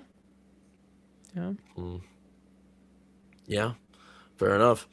Let's see here. So how was it that Mel Gibson, he just beautifully paints this world? And I know we kind of jumped a little all over the place. I want to get back to this journey here. How is it that he's able to showcase our world in such a light that it looks and feels totally alien and inhuman? How did he make that happen? Because when I watch this, like I said, I just don't see I don't see this as a human world, the world that we live in. It doesn't even seem like it's part of our history, because it just seems so far-fetched and unbelievable. Just how bluntly he displayed it. I mean, look at the it's just crazy. It's just like the whole scene. It's just like, it does not feel real because of how absurd and crazy and awful all of this is. Like, it doesn't feel like they're not even humans. They're not treated like humans. It feels like they're. I mean, it's just. I mean, I mean, look at what the Nazis did. This is something that's kind of built into human nature in some ways. Yeah. Yeah. And also, I found it interesting that he didn't shy away from showing that there were brown people doing bad things to brown people. Mm-hmm. It's not the white devil doing stuff all the time. That's awful. This is something that is universal. Mm-hmm. This has been a thing across time. Ever since humans have existed, this sort of awfulness has happened. Mm-hmm. So, it did come out 20 years ago, so you're not doing this movie today. Yes, no. I mean, I still have a feeling he would do this movie today. Mel would. That's what I think. But I think part of it too, what made me feel like this was sort of so different, like another world, like fiction, like Star Wars or Lord of the Rings, is also there's just a lot of elements to it, right? I think the people here, they are totally unrecognizable. It's kind of hard to even see them, like all of their human features are so disguised and unrecognizable because they have these really disgusting Piercings. yeah, And giant Mhm. piercings and wood and bones Realistic sticking out of feet. their face. Really, And then they got realistic feet. tattoos and they got the scars, like deep gash scars, and their elaborate headdresses and such. And, that coupled with, their language, it doesn't even sound like a familiar language, like anything I've really heard before. Well, it's And- supposed to be like from way back when, even though it's Sure. not really historically accurate. So I don't even know how alive this language is, because these older ancient languages are dying off in Mexico. There's like maybe only a handful that still speak them because it's not really being passed down. They're going to be dead languages, but this is just the way their culture was. If they looked at us today, they would think we looked freaky and weird.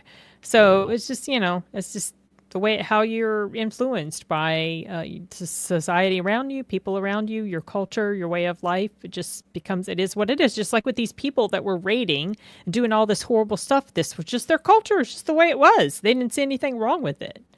Yeah, I think Mel Gibson and company, I just think at the end of the day, they just rolled up their sleeves and they went to work. I think this movie is just a great example, just a product of really hard work. Not to sound cheesy, not to sound cliche, but they did their homework to the best of their ability, and everybody did their homework. Everybody did their jobs. Because I was looking at the Academy Award nominations for this film. Big surprise. They only had 3, and it was all for the minor ones. But it did get for hair and makeup, which is, I mean, it could have won. I don't know who won that year. But, yeah, no, I just think everybody did their damn jobs. This movie. Because Mel Gibson, he's not a rocket scientist. I just think he's a very emotional, wear your heart on your sleeve dude, and he's got an artistic brain. His brain, I think he is definitely visionary. But yeah, he definitely wouldn't surprise me. Mel Gibson probably did manual labor for his dad or something. Like there's just like very just roll up your sleeve, just great handyman work in this film, really. And where they were filming was probably balls humid. I mean, I feel like I could feel the humidity off the screen. Just so humid. Guys, like just even sitting between takes, they're probably excited to like jump in and start moving and acting because just sitting in the humidity is torturous. But yeah, for sure. Not just that, but the process of, okay, I don't know. Was I the only one who just felt like things looked so painful when they were filming certain, like the raiding and when the women were being dragged across the ground and they have no protective, because, they're walking around without their any clothing up here. And I was just like, ooh, ow. Yeah. Insane stunt work. When those dudes are like hitting each other, it looks like professional football players or rugby players, and they like fly across. And but they that was like probably how they fought in ancient times. They knew how to like run and use their shoulder and boom, like it's pretty powerful to watch. I mean, insane stunt work. It's raw. Being dragged on the ground, falling down. Like, I just think about all the scrapes and how did they do this without hurting themselves terribly? Yeah, that makes it all so much more uncomfortable, too. Exactly. They're all wearing shoes on. They're not wearing anything. Oh, gosh. And this scene right here, this might be my favorite scene in the movie. I think it's so horrifying and terrible what happens here. And, it's everything really goes to heck in a handbasket. They're walking along this edge and one of the guys kind of tumbles off and, everybody, it's such a terrible vice grip. This pole with all the guys that are they're bound, their hands are bound and their necks are bound. And they are in like this stranglehold, a tight stranglehold along that rod. And, any bit of resistance, you're getting strangled severely. And then you have these guys, oh my gosh, everyone is exhausted. We don't know how long they've been traveling. It's obviously been a while. And you have some people that are falling off. And while they're falling off and they're not pulling the weight, that means everybody else is pulling even more weight. And everybody slowly, their energy is being siphoned off because they have to make up for the lost effort from the people in the back. And, you know, this is such a horrifying moment because I think like 2 of the dudes are hanging off the edge and they are being strangled and everybody else is getting strangled. The one guy is dead already. He died. That's why they kind of fell. That was the guy that had the wound in his side. I didn't think he died because he pushed him off the edge, remember? Well, I thought he kind of like, he looked like when they were fighting to get back up, he looked like he was just hanging there dead at that point. So he was literal dead weight. He couldn't even help try to lift him back up. So that was part of the problem as well. Yeah, this whole scene, I'm surprised a lot of them didn't break their necks. I mean, just the force that the trauma that their necks were going through. Like those were tight and they were dangling. I mean, yeah. This is one of those scenes where, you know, we talked about the guy who was being bullied in the beginning. It's subtle, but he is really he's the strength. He held them. Scene. He's the one. He put his leg through that branch or whatever and kept them from falling off. Yeah. And that was just impressive seeing that. Like, this is the guy that everybody mocked and, you know, crapped on, and he's the one saving everybody's tails. Yeah. And if it weren't for that, they'd probably all plunge into the river there. Yeah, they most likely would have, because he was the anchor that kept them from falling off immediately. I mean, and also though, it's amazing what they did, but then you have to remember adrenaline can do amazing things. True. When you're in a life or death situation like that. I feel like this movie does a great job, like continuously throughout. This isn't just some group of easy prey villagers. This is like a special group of people. In this movie, I thought about it. This movie is like a veil that you kind of see in a different world in a different time period. But I feel like the movie is really a veil into just the human soul and the human spirit and keeping your spirit alive. And I feel like this movie, and I feel like our wacko jacko rat guy, and I think he recognizes that despite his perversity, it's like he recognizes this is a special group of dudes, and the way he's just admiring them in his own creepy way. Just come on, he watches them. He's like, well, what do you know? Like, and it's another foreshadowing. This is an amazing group of men and what they're capable of. That's a good point. Yeah, the triumph of the spirit. Mm-hmm. Yeah, these guys are special. They're not just anybody off the streets. I mean, how many other villagers did they raid that would have ended up just giving up and all died? Sorry, there was somebody about to talk. I apologize.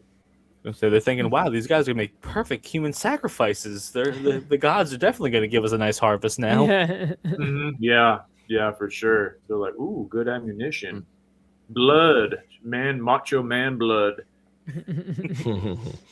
Nice. One last question here before we move on to the next chapter and get to people's chats. Because, you know, these characters, obviously we share a lot of qualities with them, and we are people at the end of the day, but it's, you know, we don't really get the deepest like glimpse into who they are in their comfortability and who they are with their friends and family necessarily. Like we don't see too much of who they really are when they're not in danger mode. But at the same time, the film, it influences us to strongly care for these characters, even though really there isn't that much to distinguish who's who at some points. How do you think the movie does that? How is it able to get us so emotionally drawn, and how is it able to get us to connect with these characters so strongly like it does? The time that we did spend in the beginning before their world was destroyed, I think was a good establishing factor for that. Yeah, it's not a lot, but you don't want to take too much time because then you might get a little bored. And we just saw through that this was a close community, and these were people that loved each other, teased each other, had little spats with each other, something we can completely identify with, right? You know, and they did spend, I think, a little more time on the relationship he had with his wife. One of my favorite moments in the film was that scene around the fire, and he's gazing off, and she looks at him and tells him, "Come back to me." I just love that moment between them. I thought it was really lovely. And also just the way it was filmed, the shots of their faces, they both look so beautiful to me. I really like that moment. Yeah, that's the only moment like it too, right? There isn't really. That's it. Yeah. Like, that's the only like distant connection. And Well- that's like, that is supernatural. Like nobody can do that normally, obviously. When they're walking in the forest, tied to that the bamboo stick or whatever, the main protagonist was looking over at his friend who's being beaten and who couldn't stand up anymore, and you could tell that he, felt, he. Who was that fell down? Because I feel like I don't think we connection knew. I before. don't think that it was like I don't think he was like recognizable. I think that was just supposed to be like a friend of his. I thought that was the guy that got stabbed inside and he was about to die, remember? And he couldn't hardly breathe. And Well, yeah, but I mean, other than that, like we don't really know what the connection is. no, I don't. One of Yeah, the I don't. homeboys. Dude. Okay, never mind. I thought that was like somebody that he had a connection with before all the chaos erupted. Oh, I don't Well, even I think remember. I think it was. They just didn't emphasize him. No, because I honestly didn't remember his face. Some of the others I knew, like the guy that they were picking on, because there was a focus on that with him and his father. But some of the other people, I didn't really remember who they were in their little group. They kind of faded a little bit in the background because they weren't really supposed to be prominent characters anyway. Yeah.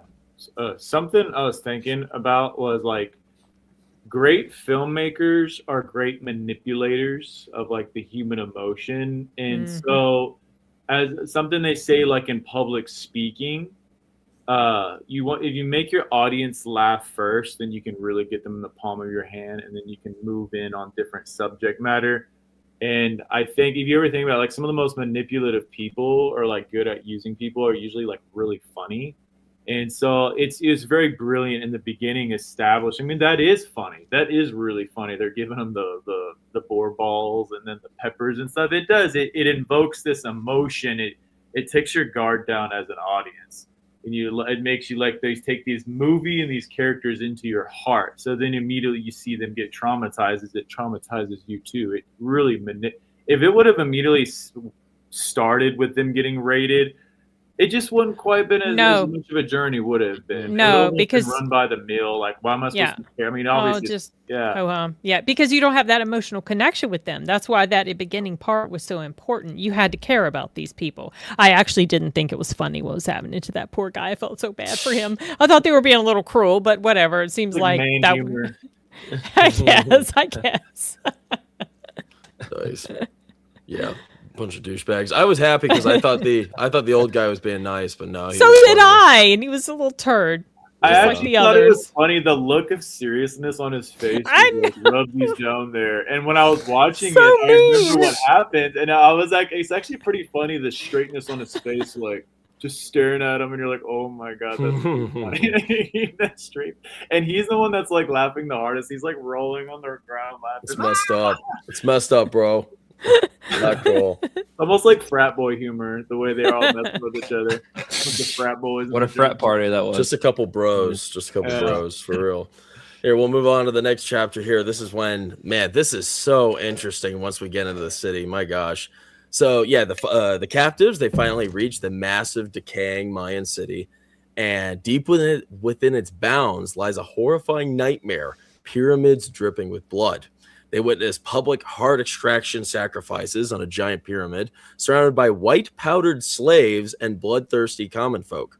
Painted blue, the men are raced to the top of the pyramid for sacrifice. And Jaguar Paw, set to die, is saved by the awakening of a solar eclipse. Obviously there's something strange going on here. There is something going on in the world that needs to keep him alive for a divine purpose. There's no doubting that. And with nods pointing to that, the young man narrowly escapes their clutches in a sick game of cat and mouse, sending the chief and his thugs after him into the forest. So, you know what? The Mayan city, I loved walking through this city. Like, I felt like this was a truly immersive tour into sort of a form of hell on earth. It's so strange. It's like it's a beautiful city, and it's so disgusting and evil. It's so strange. It's like it's such a captivating blend of these quarreling ideas and feelings, because it's a it has a lot of these beautiful structures, but it's surrounded by so many people that are in despair, and you have these slaves that are, peppered in this strange white powder, which is probably like clay that they're using. And, you have all these people that are watching our protagonists eerily pass through like it's totally normal. It doesn't really seem like there isn't any hope for them.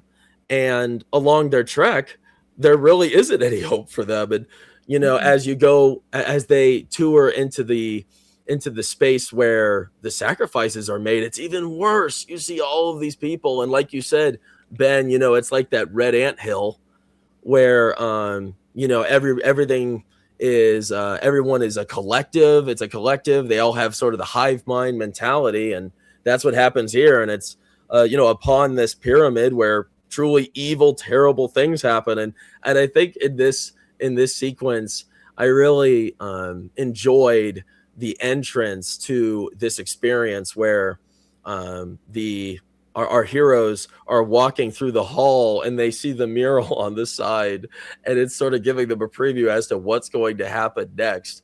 And it sets the tone for, the terrible tragedy that's about to occur, and it makes you wonder what that looks like. And you kind of wonder, no way they're actually going to do that, but crap, every guy that's painted blue is going to have their head chopped off, and they're going to be gutted, and their heart's going to be pulled out of their chest. I mean, that is crazy. And that painting just beautifully sets up that terrible tragedy that's going to be approaching soon.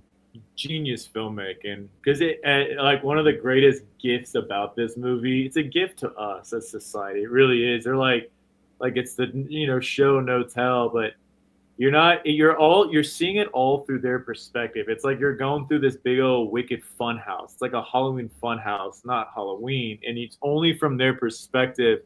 And I just love how they don't say it, they just show it, and you're just like, gee, I wonder what's about to happen to these guys. And you got those freaks hanging outside the window, like convulsing, like worshiping the damn thing. Oh, it's wicked. I was talking to my brother about this movie earlier, and he goes, that whole sequence, it's like you feel like you're watching something you shouldn't be watching, or I shouldn't be witnessing this. Yeah. I want to see this movie told from the point of view of the people in the city, because remember when they're cutting the heads off, they're down there with nets and they're cheering and everything like that. So this is like, football Sunday for them or something. So I'm kind of curious of how the perspective of the story will change, but the people that are in the city is like, oh, okay, they brought the youth around of sacrifices. Let's stand and watch and get something to eat after. Yeah, it's super casual.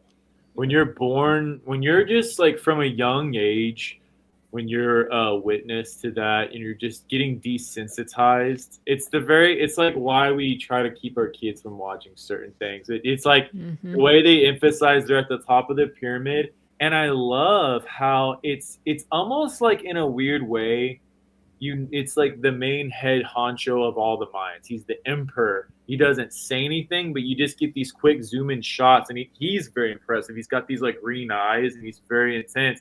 And then you see his queen, and you see like his little fat little boy, which is weird, but you'd imagine. And then you even see the one little midget guy on the back of the back, like it's like an ancestral thing. Like it kind of reminded me of like Mad Max just a little bit. Just like this, just like freaky, geeky royal family. But yeah, that little fat little boy is up there, just like it's like watching like Teletubbies, only like, sacrifices. But that's literally why all those people are like that, and they're like in this crazy, just you know what I mean. That's how some of those like some of the strongest, most sophisticated ancient cultures were, unfortunately, and there's a reason why they didn't last. It's because of those kind of shenanigans.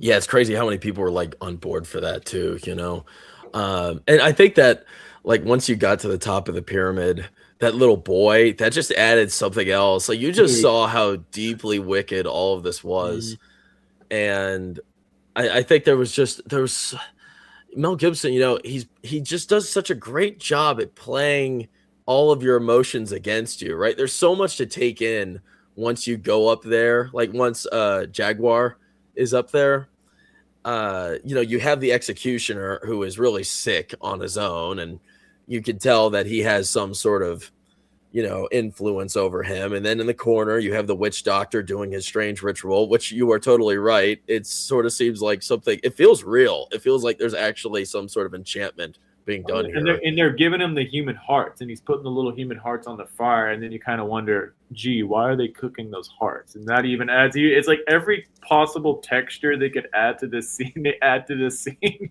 And then you have all these gaunt women with these like strange headdress things on, and their faces are just, they're void of like humanity, and they don't have their eyebrows or anything, and you just get these shots of these other strange characters in the mix. Definitely weird. And then even worse yet, you have a child who's totally chill with everything, fat little kid. He's used to this. Yeah, it's just a day at the fair for him. Yep. Yes, It was day at no the big fair. deal. It just makes you, it's crazy that how far we've come, where we're not, thankfully, this is not common practice, anything like this now. And, back then, you read about it, and, everything was so barbaric back in the day, just all over the place, everywhere in the world, so many barbaric rituals. Human sacrifice is no longer an Olympic sport. We're That scene's moving up. Yeah. So what was it like? Because I love this. I love this sequence because it's just so visceral, and it is definitely it's fever dream paradise. Really, it feels like a fever dream, and that's hard to capture that. And it's exceptional if you're able to convey that level of visceral, wild entertainment and imagination, that you're able to capture the fever dream mentality.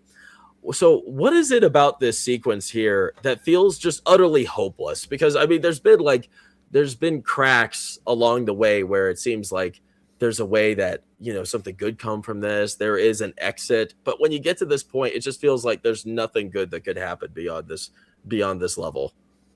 Like they're literally getting taken into hell. It's like literally, it's like hell on earth. They're just getting taken into it, And it's something that is like kind of strange. I think it's up for interpretation, but there is a moment when some of our enslaved women are walking, and they look over, and there are Mayan women, probably lower level Mayan women, not quite pheasants, like the way they're painted and made up, but they do have a look of sympathy upon some of the enslaved women coming on. There is a strange brief moment where there is this like look, I mean, who's not to say some of the enslaved women that did get sold off were taken care of by some of the families, Mm-hmm. Yep. Interesting. I don't know. Yeah, definitely interesting. I think it's like, when I saw this, I'm always impressed if somebody is able to create like use so many tones against you, right? I mean, this whole movie, it's not one thing. It's at first it's sort of a happy family tale, and then it turns into a survival thriller, and then it turns into sort of a horror in this point, and then like a body horror. Like you said, Ben, there's so many levels of that, and that's pretty. It's pretty impressive if a filmmaker is able to do that convincingly, and it's not overwhelming. And I don't think this film does that. I don't think it's an overwhelming take on all of these different tones, even though it's a bit all over the place, but it just blends together so well. You just kind of get lost into the story and lost into the momentum of it. Yeah, it's crazy. Them, when they're auctioning off these enslaved people, it's literally like 12 years a slave before 12 years a slave. It's so funny. These different people wanted to because Mel Gibson, when he made this and when this came out in 2006, he was still on the top of a lot of people's naughty lists. So there was a deliberate, let's kind of push this movie under the rug as much as we could. In the 60% on Rotten Tomatoes, give me a break. This is at least in the early 90%. I'm late 80s, early 90s for sure. But I don't remember what I was saying. Mel Gibson. He does so many things with his movies. The Passion and Apocalypto, really their companion pieces. I mean, there's even identical musical textures, different enough where they have their own entity spirits, but they are. They're like they're close brothers in age. They really are. And Mel Gibson's the daddy. But yeah, he's doing stuff that's like ahead of his time and that are trend setting. But, mainstream Hollywood just refused to acknowledge it. and let's see here, 7 years later, they give 12 Years a Slave Best Picture. You know what I'm saying? And 12 Years a Slave has things like From the Passion of the Christ and Apocalypto, as far as just raw, visceral humanity treating humanity. You know what I mean? Well, I mean, also 12 Years of Slave, like I said, when I was talking earlier about the Woman King, 12 Years of Slaves is involving white people being bad to black people. This movie is involving brown people being bad to brown people. And folks don't want to hear that. I mean, there are legitimately people out there who truly think that white people invented slavery. It never happened before the slave trade that went on with the Americas. People are completely ignorant about the history. And there are some people that just don't want other people to know that this has been something that's been bad across time. This is not like white people didn't invent evil. But that's not a narrative a lot of people want to listen to. So that's kind of what I think tied into the low ratings for this film. Well, they were really offended by the sacrifices. They thought the sacrifices were very inaccurate and excessive. I did see that. I mean, the Mayans did do sacrifices. So did the Aztecs. Maybe some of what we think we know about that, because I have heard the way they were doing the sacrifices in this movie, which with the Mayan culture, made me think, well, this is something that I thought the Aztecs were doing. I don't think the Mayans were necessarily, so then I wondered, maybe he should have focused on the Aztecs. I don't know, but it's just... He probably had a lot of historians going through this thing with a fine-tooth comb, I bet. Maybe, but there were a lot of historical inaccuracies from what I understand. But part of that might have just been he is taking creative liberty to tell this story about this point in time with these different cultures, I'm just glad it's not like super washed. You know what I mean? Like he's not pulling any punches here. Yeah, dude. I can respect that. Their bodies are just like flailing down the thing. You're like, ooh. And all the heads are spiked up and watching the yeah, man. He like pulls the heart out and showing it to the crowd. It's like, it's crazy. Oh my gosh. It all feels so real. It's like you're really watching something happening.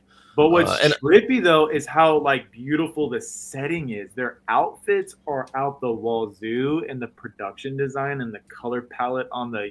So it's just one of those crazy examples. It really is art. It's gothic art.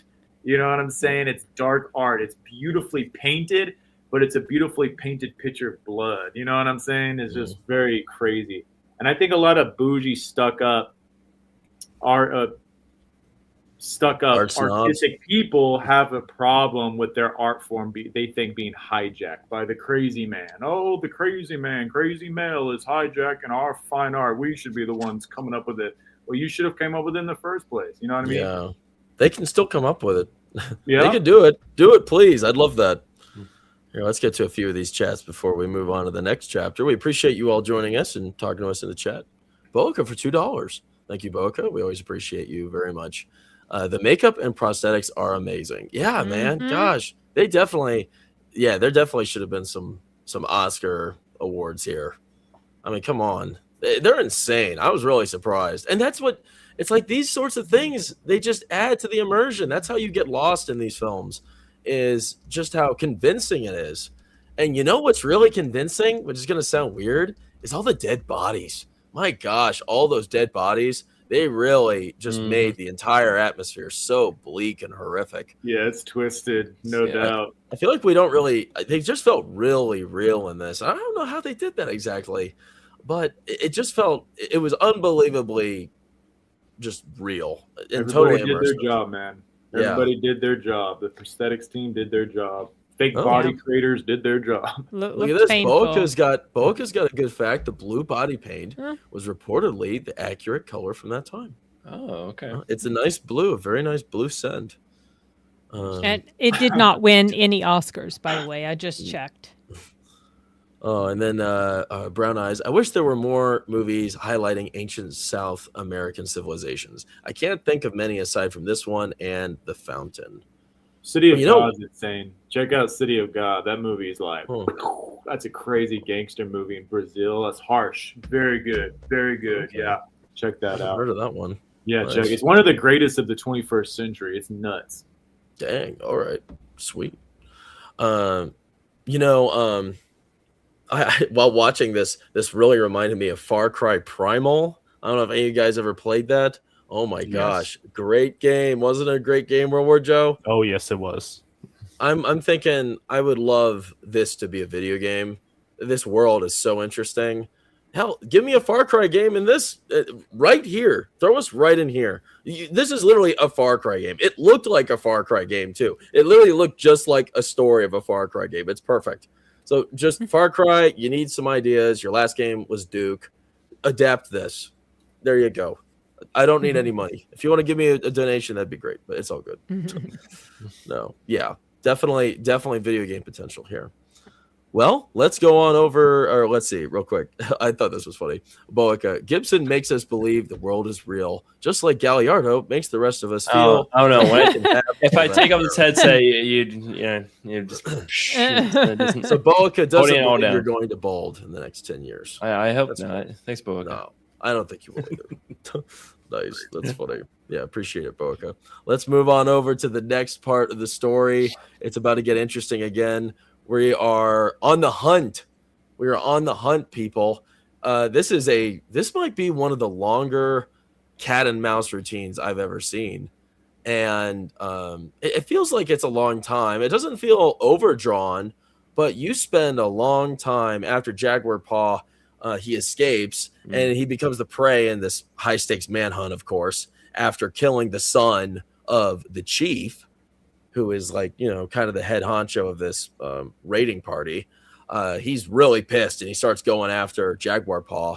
And man, this guy, he is running. He is sprinting nonstop through the night into the next morning.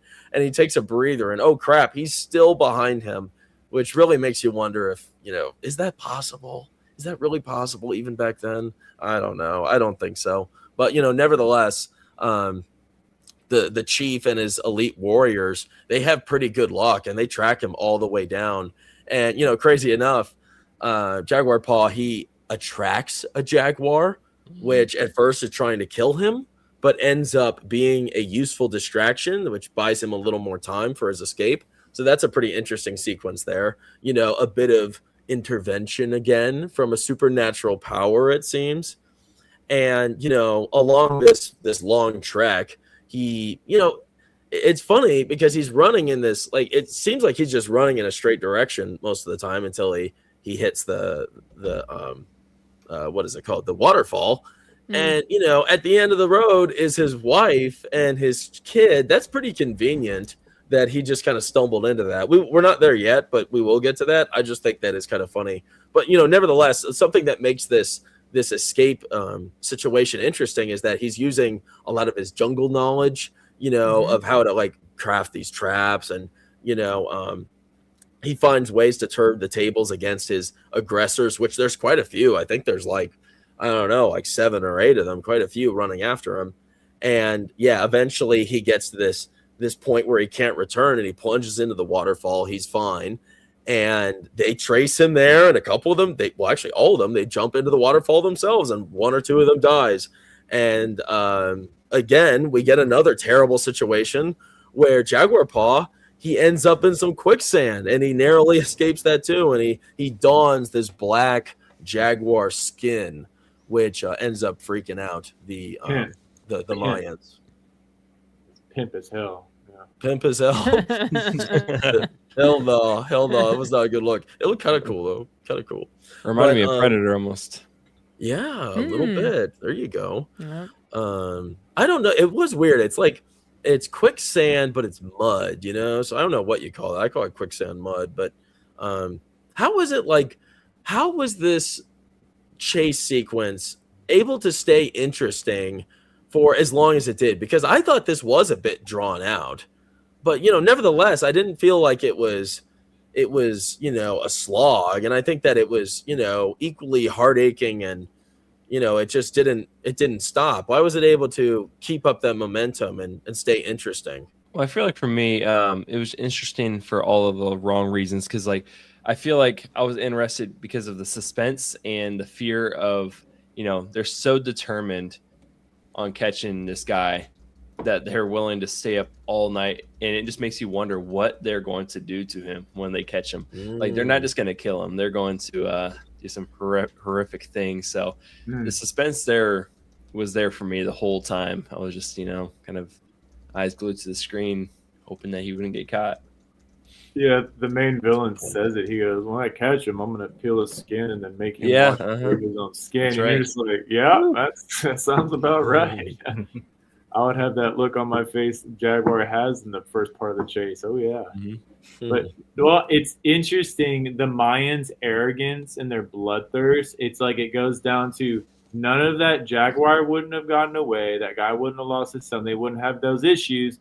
The cat was playing with its prey, and that's what got them. They could have just executed them, but instead they're playing games to mess with their heads. There's your jungle, go run, and then they're all like throwing spears at them. They're literally playing with the cat plays with its prey before you eat it. That's what screwed them up. Their arrogance and their bloodthirst. You're right. They had the opportunity there. They could have done it. They've never had a problem like this before. I mean, think about it. They are the top of the food chain. They could do whatever they want, and then one dude screws it up for them all.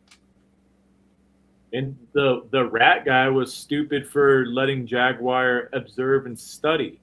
Because when Jaguar observed and studied, if he would have gone first, he might have ended up having the same fate of running forward. But Jaguar saw what they just happened. So then what does he do? He starts running the back zigzag. and forth. Yep. And it's not till the very end where he gets a mere flesh wound where it could have been worse. The other dude, the spear went right through his mouth. That was pretty brutal. Well, the significant part in the beginning, it was pretty horrible death. He just right in the guy. camera, tears just like, you're like, whoa. Yeah. The rat face guy, whatever. Face. I like that. I'm sorry. What were we That's calling awesome. him? Rat, whatever. The rat guy. The rat. Face. That's what you're thinking.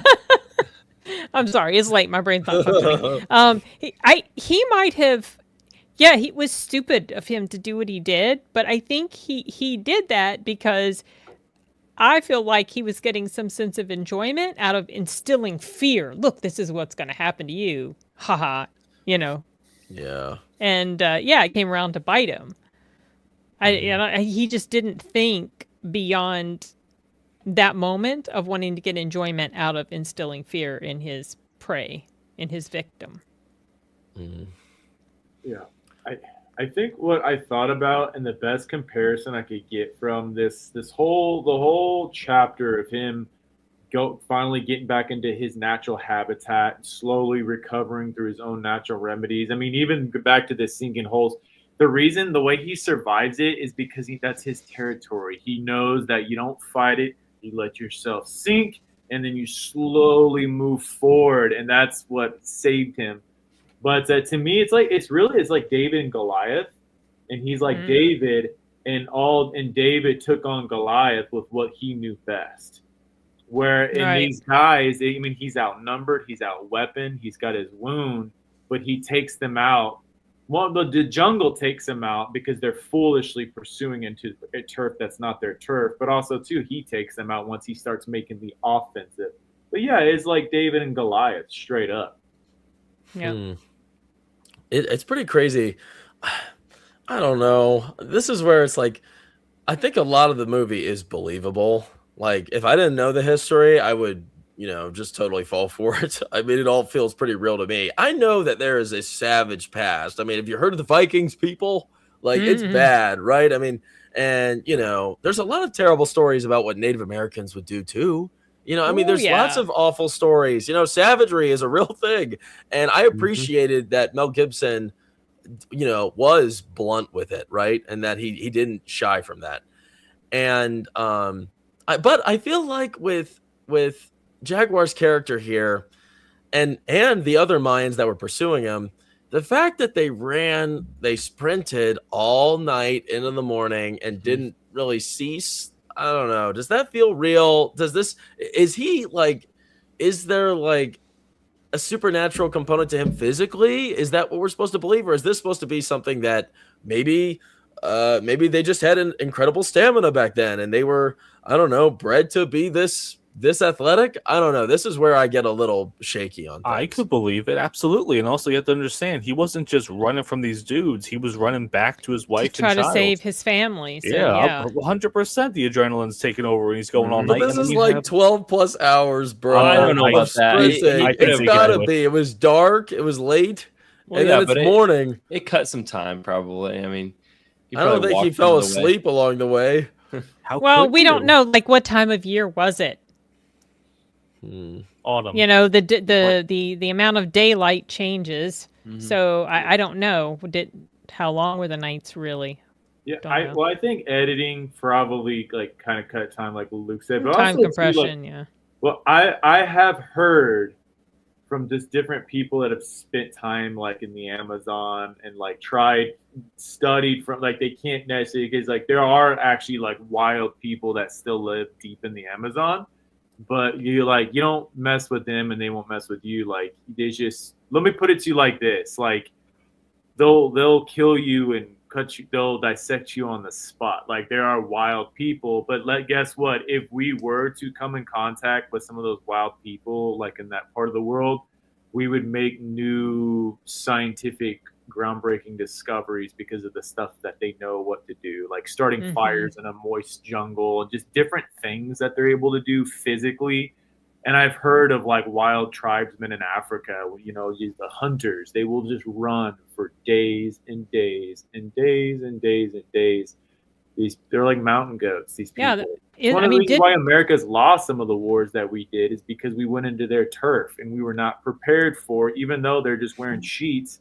Guess what? We're in their turf and they're used to that terrain and they used it against us with even our high-tech weaponry. I mean, it really goes down to that. This These is true. people, from a young age, they're like running through and getting stabbed and spiked, climbing up different rocks, getting hit by trees and just keep on moving. These are callous dudes. Also, they're hunters, so they're used to running after fast animals too. Yep. Like in the opening, they were hunting that boar down. Boars are pretty fast. Yeah, that's a great point.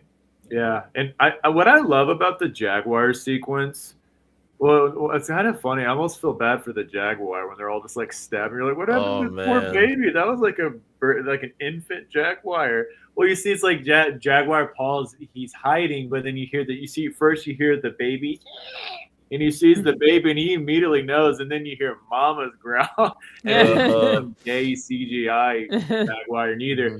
And what I love about him running away, and it's such a realistic look on his face, is I don't think he was being strategic trying to take the Jaguar to them. I think he was trying to get the hell from the Jaguar. And the Jaguar was about to catch up with him. Yep. And that other guy, and if you look at it, he was actually a really good hunter for the bad Mayans. He's the one that identified the blood on the shoulder and took the initiative, like, oh, he's in the trees, let's go. So he's like kind of running the show in that moment. And it's like a football tackle. He's like going in for a great, beautiful angle tackle. And it's like right as he gets to him, the Jaguar is like, and he's over there ripping into his face. That is such a brutal scene. They're all that was crazy. So fierce. They're all like, whoa. They're like, that reminded me of the scene in The Thing where, what is it? The guy, what's his name? Windows. When Windows gets his head bit by the thing, and it takes his head and it waves him around like this. Oh gosh, it looked just like that. Oh, it was bad. Yeah. There's some body horror. I like it when they're able to blend all those different genres in there, especially horror. I see our friend Boaca. Thanks again, Boaca. We appreciate your $5. Thanks very much. Keeping the lights on. Boaca's keeping the lights on. He says, "Say what you will about Gibson, but if more directors could world build, convey distilled emotion and suspense, we'd have more films worth watching." Psh, that's for sure. I agree. I'm sorry. I don't like Christopher Nolan. I don't care about him at all. I'm not a big Chris Nolan guy either, bro. Not. I love you, Ben. I really love you. I love you too. Just so you know. I'm not so much anymore. I like his older stuff more than his newer stuff. His newer stuff is starting to feel a bit pretentious to me, and I'm not even going to watch The Odyssey. No. It's just getting worse and worse. Well, yeah, I mean, I Yeah. heard about the casting of Helen of Troy. No thanks. There's And something. it sounds even worse now. There's something up with that because the guy's been batting 1,000 his entire career, and now all of a sudden he's not even going to have an orchestra in it because he said that orchestras aren't something back then. So the dude so he's not going to bring Hans Zimmer in or the other guys from the other stuff. They weren't something back then, but he's casting Lupita Nyong'o as Helen of Troy. Well, that's why he casted Travis, whatever his name is. Travis Scott. Because the he dude where said people trampled each other to death at his freaking concert, like, and it was like a devil worship, a cult concert too. It's like they're not. Yeah, no, I think somebody that died from that. Dude, that's crazy, dude. Somebody got Chris Nolan by the balls somewhere along the lines, because I haven't been the biggest fan of his work, but I will give him credit. He did it his own little Chris Nolan way. But some of these decisions on the Odyssey are a little weird. Would you be shocked that this is the humiliation tour? Hollywood let him do whatever he wanted to do all these years, and now all of a sudden But why? Movie, because you have to pay your dues eventually. Well, and also too, I've been looking up. I can go a little bit to some too much crazy rabbit holes on my off time, but he like a lot of like modern day like Kabbalah, weird occult stuff. A lot of it, like you look at the Mela Gallery, whatever it's called. What was that? Oh, the Met Gala. Yeah. They were like breaking down and dissecting their different outfits, and a lot of it goes back to like ancient Greek stuff and. Odyssey is ancient Greek stuff, so I wonder if he like goes in and wonder if he came across some gatekeepers with that, and they're like, "Well, you're gonna come into our turf. You got to play by our rules, buddy, or else." I mean, just some weird stuff, dark politics happening. I don't know. It's weird, It sounded like this was gonna be his magnum opus, his crown jewel, and yeah, it's pretty strange. There isn't really there's not much goodwill going for it right now. I'm curious. I don't like anyone in it. No one. I don't like Tom Holland. I don't like Zendaya. I really don't like what's that guy's name? The guy he's famous. He's what's his face? Ben Affleck and Matt Damon. I don't like Matt Damon that much. Oh, come on. Nah, I just haven't. I like he Matt. He doesn't. He's like the least of my issues with the Odyssey. He's okay. I like him. He's okay. That's the thing. He's okay. I do know the movie trailers are being very like you're only seeing like a tiny glimpse. So who's not to say the movie still is solid, but just they're not doing a good job making audiences feel excited, especially audiences that are no nonsense. It's something we could wait for streaming. Well, I'm just not even going. I'm not even going to spend my time on it at all. This is my thing with streaming. Like, gosh, if you're gonna watch. If you have the idea of watching a new release at home, because you don't want to see it in theaters because it's not worth it, why waste your time watching that title at home when you can watch anything else at home that is worth your time, right? That's sort of my thing. I can answer that 2 reasons. 1, I'm cheap. Second, I love watching terrible movies with my wife. Okay, there you go. We had a weekend really and a half sweet. watching 6 hours of Rebel Moon, director's cuts. Oh, what a weekend that was. Right on. And you'd sit and watch it? Yeah, that's cool. I dig that, man. Yeah. It's like I started it. I got distracted by some life drama, but from what I saw, I was like, this is like a dark, twisted, Star Wars-y, Star Trek-y type thing. They go to that like gross bar and stuff. I was like, okay, it's kind of whack daddy. Like, what were you gonna say, Joe? I said it had its moments. Had its moments. They were few. Boica says for $2. Thank you again, Boica. Helen of Detroit, the face that stole 1K kicks. Nice. Beautiful. Helen of Detroit. Do you have a social media that we could just read all these things you say on? Yeah, Boica's got some zingers, bro. He always does. I mean, Lupita Nyong'o, whatever her name is, she can be pretty hot though. I've seen her in some stuff. The chick that's playing Helen of Troy. Yeah, I think she's decent. She can be like pretty hot when she's dressed up correctly. Well, she's also playing Helen's sister. Apparently, Helen she's playing 2 roles. Yeah, apparently she had a twin sister. I had no idea. Interesting. Neither did I till recently. That's the historical accuracy that Nolan went with. Wow. Here, we'll get to the final chapter here as we close the show. We're going back to our friend Jaguar. His story ends here, finally catching up to him. We have 2 pretty exciting violent encounters here. Rat Face, as Sin says, attempts to kill him and fails, and he ends up dying on the spot pretty quickly. It's a nice little moment. No long drawn out fight. No. And the chief soon follows after, leading to a brutal trap that was used to kill the taper from the start of the film. And that was a really clever moment, a clever move there. And Jaguar, he didn't have to do much. He outsmarted both of them.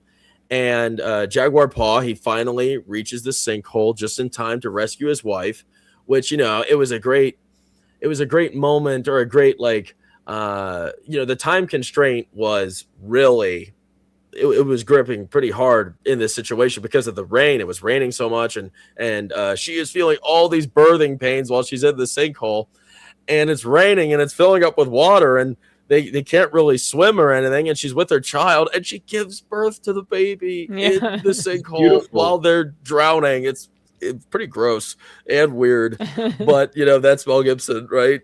And raw storytelling.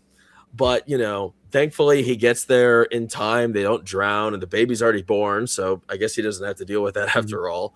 And the family's reunited, everybody's happy, and before that happens, Jaguar, he leads the other Mayans. He's kind of running away from them, and they stumble into the conquistadors approaching along the beach, and they obviously are going to get involved. And the story concludes with Jaguar Paw. He is with his wife and his kid and his new baby, and they look out and they're curious, like, should we embrace them? And they're like, nah, let's just go back into the jungle and we'll start a new life. So there is optimism, but maybe not for the Mayan people very soon. So how did you guys feel about the final battle between Rat Face? So middle eye. How did you feel that You're not gonna let me went? live that down, are you? Did it? No, I think it's funny. Do you think it paid off well, even though it was brief, or was this the proper way to end that conflict? I always enjoy scenes like this. Like I was mentioning it while we were watching the movie, like kind of like Die Hard, or what was the other movie we were referencing? Kind of like Home Alone, like setting up the little traps and figuring unique and intelligent ways of poisoning and killing these guys, picking them off one by one. I really enjoyed that. It was fun to watch because like the beehive, we did the frog poison. So brilliant. Yeah, that was awesome. Chef's kiss, man. Yeah, that's great. I don't know if the final fight was enough. Could we have had maybe like a 10 minutes, back and forth brawl? But there was a time constraint too, though, that he had to get back to his wife. But it was just kind of short and sweet. I don't think it really played out too long. I like the short and sweet. Sometimes these long drawn out fights get annoying. Because they're so typical. They happen a lot. So I liked that. And in reality, fights like this to the death aren't like generally going to last for a long, long time. We don't always need that moment between the protagonist and the antagonist in this long battle. Let's take dramatic off my shirt. Showdown. Yeah, I mean, that gets kind of formulaic to me. So I liked that it was like that, personally. Oh, for sure. No, somebody brought up like the conclusion of Die Hard when he finally goes face to face with hands, like with the window. It's not even a fight scene. It's like an operatic final. And that's what the direction Mel went with this. It's very operatic. And I think it's one of the great standoffs in the 21st century action. The way they're staring at each other down, and Jaguar's got the devil in his eyes. I'm telling you, his eyes. And then you see the rat is just like, oh yeah, let's get it on. Like it's like crazy. Like we've been waiting for this dance all day, baby. Like and then him sliding on the dirt like that. It's so cool. And it barely chips his forehead. Yeah. You know what I'm saying? And man. They made it more realistic that it would have been a little corny if he just like slid under and like dodged all perfectly. That. That made it more realistic that he did get hit a little bit. Agreed. Yeah. I thought it should have been. I think there should have been a little more, though. It was so built up. They had a real rivalry. I think we could have had some action there. I mean, it was so quick. I mean, there's quite a few, intense action set pieces in the beginning. It would have been nice to kind of conclude with a bang, at least from one of those two. Neither of those engagements were really that that vibrant or it wasn't that exciting conclusion. Neither of them. It would have been nice if one of them was, even if it was just the first one with Middle Eye, and then the second one maybe could be more brief. I wouldn't have minded that, but I feel like the reason they had it, they summed it up very quickly and had him kill him quickly in badass and all badass type of ways, because throughout the whole movie he kind of looked weak and he was being tortured, and you just wanted him to have like a badass moment, just like fatality. Yes. Yeah, he's probably super weak, running all night for 12 hours straight. Well, in a way, he's like putting them out of their memories, misery. I feel like both of them are already defeated before he defeats them. Oh yeah. I feel like there's this huge shift when he hops off, does the waterfall. It's like all the momentum is now in his court, and when he gives that speech, it's so spiritual and so powerful. It's like, you're in my turf now. Try me, bitch. Yeah, they could have turned back, stopped chasing him. Yeah, it's insane. It's insane, and that was it, man. Then they came and they walked into his rat trap. Mm-hmm. Yep. But I just want to bring it up. So I think that bird scene is so beautiful. And I remember when I first watched it, I don't know why I distinctly remember this. I was with my brothers, my dad, and my mom. And I remember my mom is the girliest woman, just wonderful, all-American, girly woman. And I remember her going, oh, look at that. It's so precious. And you see that little baby coming. Like women that are like very nurturing by nature, that they like, to them, they're women that are really nurturing. Sometimes when they want to get into the medical field, they'll like go into like deliveries, like working with like when women are giving birth to babies, and to them it's a beautiful thing. And I just think it's so funny. My mom's just such a nurturer, and she goes, oh, look at that. But this is the thing with Mel Gibson. As much as he has the ability to convey the brutality of humanity, he brings this most gorgeous scene. It's like all these lives are getting taken in brutal ways throughout the film, but then he incorporates a life coming into the film. Life coming into the film. It's very powerful, very like poetic, and almost like full circle. It was a little hard for me. I get what you're saying about the birth scene, but I think, and how your mother reacted, but I think the situation surrounding it was so stressful to me. I was so concerned. Oh my gosh, she's going into labor and she's trying to survive and she's in this situation, and the baby's being born in the midst of all this chaos, and being born under the water. That's not a biggie that people have water births all the time, but I was just concerned and worried. The baby, the little kid, the mom, But I thought the birth scene was done pretty well. It was crazy intense. Storytelling. That is crazy storytelling. You can imagine them as they're writing it together and like, oh, and what if this happened too? Oh, did she the worst possible thing. Let's think of it. She's going to go into labor. And is it any wonder, with as many times as that poor woman fell? Oh, yeah. She had some intense falls. And of course, that's probably going to trigger. She was pretty far along, but everything that happened, it's no surprise at all that she went into labor because of all the stress she'd been under, and of course it happened at the worst possible moment. I did like that we were going back and forth between her situation and his. I had completely forgotten about her being in the hole. When you see that rope going down in the hole as she's like maybe trying to pull it back up and then it's been cut, you think, oh well, she's going to die there. That's it. And we go back and forth to her with her little kid, and she's putting those little creature things on the kid's scar and breaking off the head so that it can close up the little that was scar. crazy. That was like, what is she doing? That's primal. And then he's just lying back like a little man. He's being brave. He's letting it happen. Yeah. That was great. Yeah, that was interesting. That he little was boy so didn't cool. annoy me. He was a little. No, too he was adorable, and he was very brave. And I knew once we started going back to them that, oh, okay, she's probably going to survive this. She's not going to die in this hole. But of course, they amp up the tension, make you think it could happen. It really seemed like anything can happen in this. Oh yeah. I didn't think the guy who was being bullied in the beginning, I didn't think he'd die like that. I thought he'd play a larger role, but no, he just died, during that escape scene, and it was awful. It was so sad. But Yeah. And I thought it could have happened here. He's the reason why Jaguar got away, because he snapped out. He's like, go, go, go. Yes, Like, yes, that was that's a right. I'm glad they gave him a good, noble final Yeah. moment. He was a true man, a brave man, a strong man, and just because he could make babies didn't mean it was his fault. It might have been hers. Maybe she couldn't make babies. Yeah. Yeah, maybe it We was did her have the fault. mother-in-law outside the door every time they were trying to make one. That would make me a little Right? Yikes. Gosh.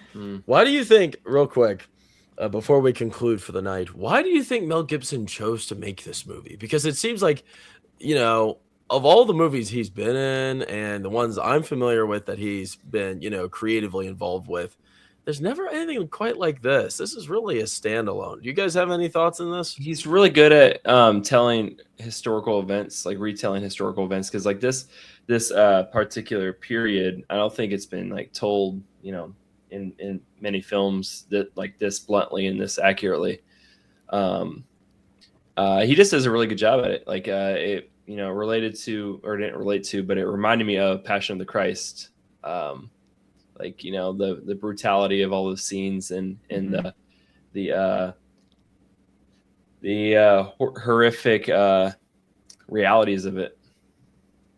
Yeah, I wondered if maybe, I haven't done a deep dive into when he thought up the story, when he started working on it, but I wondered if his work on Passion of the Christ, from that, he got something way back when, thousands of years back, people talking in a different language, a whole different world, and maybe he wanted to tackle something a little bit similar in another culture, in another historical time period.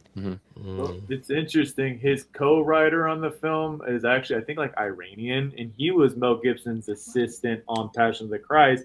I think they probably bro bonded, and I was reading that they were talking about like, man, what are you working on? Man, I don't know, I've been kind of thinking like a cool action chase film.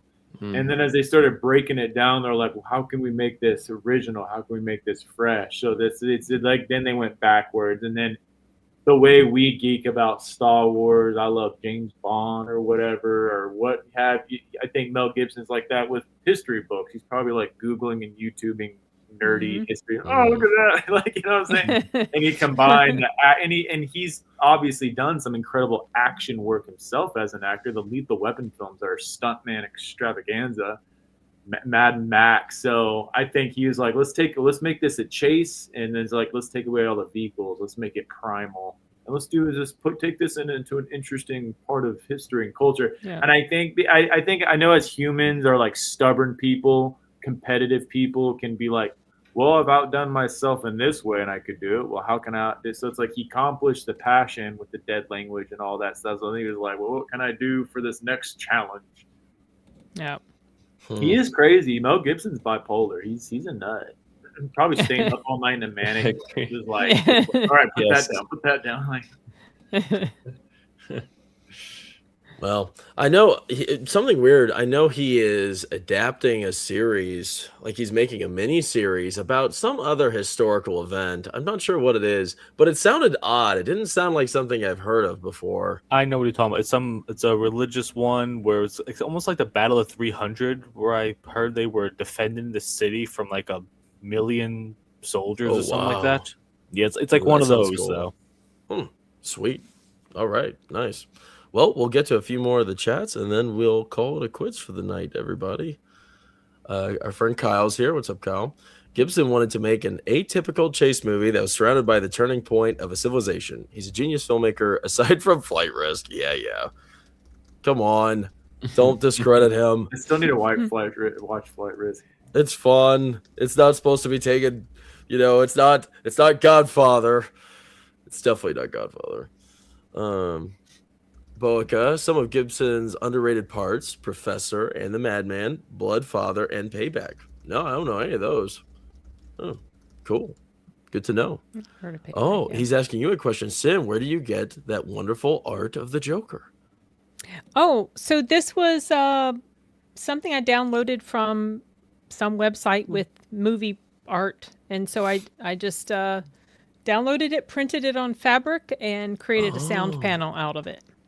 Oh, So I've that's got cool. 3 around me. The other, you can't see Batman. He's over Is this here. a new room? This is different. So I'm at my brother's house. Oh. So I'm in his basement, and I made these sound panels awesome. specifically for when I'm here because I don't want it to be echoey. So I I've like got I like another this one room. behind me. This is, you can't see it, but it's a Beastmaster art image that my my brother made for me. I've got a Terminator one I need to hang up on the wall somewhere. So yeah. And you have your classic dinner table chair. That's good. My dinner table chair. This one, this is a rocking chair that my mom got. Chair. Yeah, it's an old rocking chair that someone gave to my mom when my brother was born. So that's why it's here at his house. Nice. A lot of history. What were you gonna say, Ben? Yep. No, I was just telling Sin. I love that you're at your brother's house. I'm very my immediate family. We're so tight knit. I don't know if y'all know, so I brought up my family quite a bit. It's part of. I'm like a white Mexicano in the sense of like I'm very family oriented. So I just think that's a nice thing. You're at your brother's house recording. Oh, That's cool. I come here a lot. He and his wife aren't together anymore, so I visit more now that they're not together. So yeah, he's currently actually quite sick. So I hope he gets better soon. Yeah. Dang. So, yeah. Watch out, man. Park Fall, thanks for popping on, Ben. Hopefully we can see you again on here. Yeah, Yes. it was good having you on, please. Ben. Yeah. You did a great job today. Thank you. You have a lot of spirit and good insights. Boaca, lastly, Galliardo needs to do a GRWM get ready with me stream for his hair. Boaca. How do you My hair is a pain in the ass. Like this right here is annoying. Like it's so hard to just keep it to the side. How do you even know what that is, Boaca? A GRWM. Like that's so TikTok. I don't even know what that is. You just taught me what that was, Boaca. Yeah. We're Gen Z. We should know what that is. But you already know. But I think that wraps it for us, everybody. Does everybody recommend Apocalypto? Oh yeah. Oh yeah, Absolutely. for sure. Thumbs up. No, I'm just kidding. Yeah, I do. Nice. All Two right, thumbs you up. hear that, everybody. Everybody recommends Apocalypto. It's pretty great. Mel Gibson, you gotta love Mel Gibson. Creative genius. Check out Apocalypto. We all approve. And I appreciate you guys all for joining me tonight. This was a fun conversation. Yeah. We got deep Yeah, into it's a it. lot of fun. Everybody watching, if you wouldn't mind, go on their channels, Sin's Corner. Ben, do you have a channel? I have a channel, but it's not really. You don't I have like do 30 anything on there. I think have I'm subbed to you. I have 32 subscribers. It's actually Instagram. That's more my kicks. So you can find me Benjamin J Slack on Instagram. That's where I'm more active. And I've opened an account on Letterboxd. It's the film Tomcat is my Instagram. You should But check I out like Critic List. I mean, You should check out Critic List too. what's it called? Critic List. Is that your Letterboxd? No, what I mean, it's another website kind of similar to Critic List where people post movie reviews and stuff. It's run by some really good folks. They have a YouTube channel and they kind of run in the same circles. Like Box Office, he's been on Versus a few times. He was on there this past Monday. I don't know if you've met him, Blaine. Yeah, he's cool. Yeah, he's a nice dude. yeah, That's it's- pretty so cool. it's- He's got it's his like- own system there.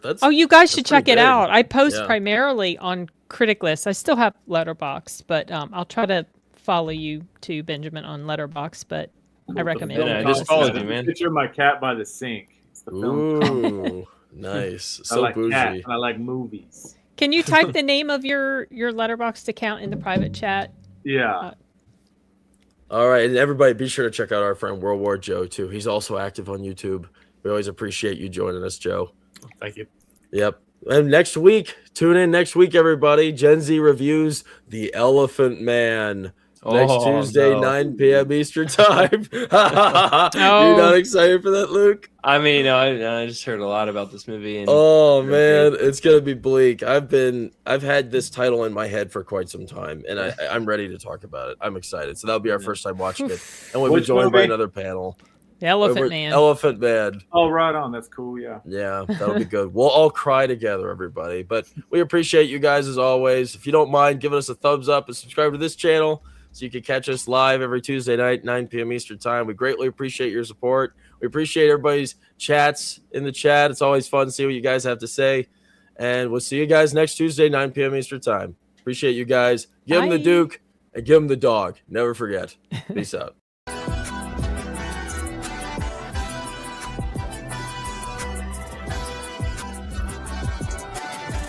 person are you?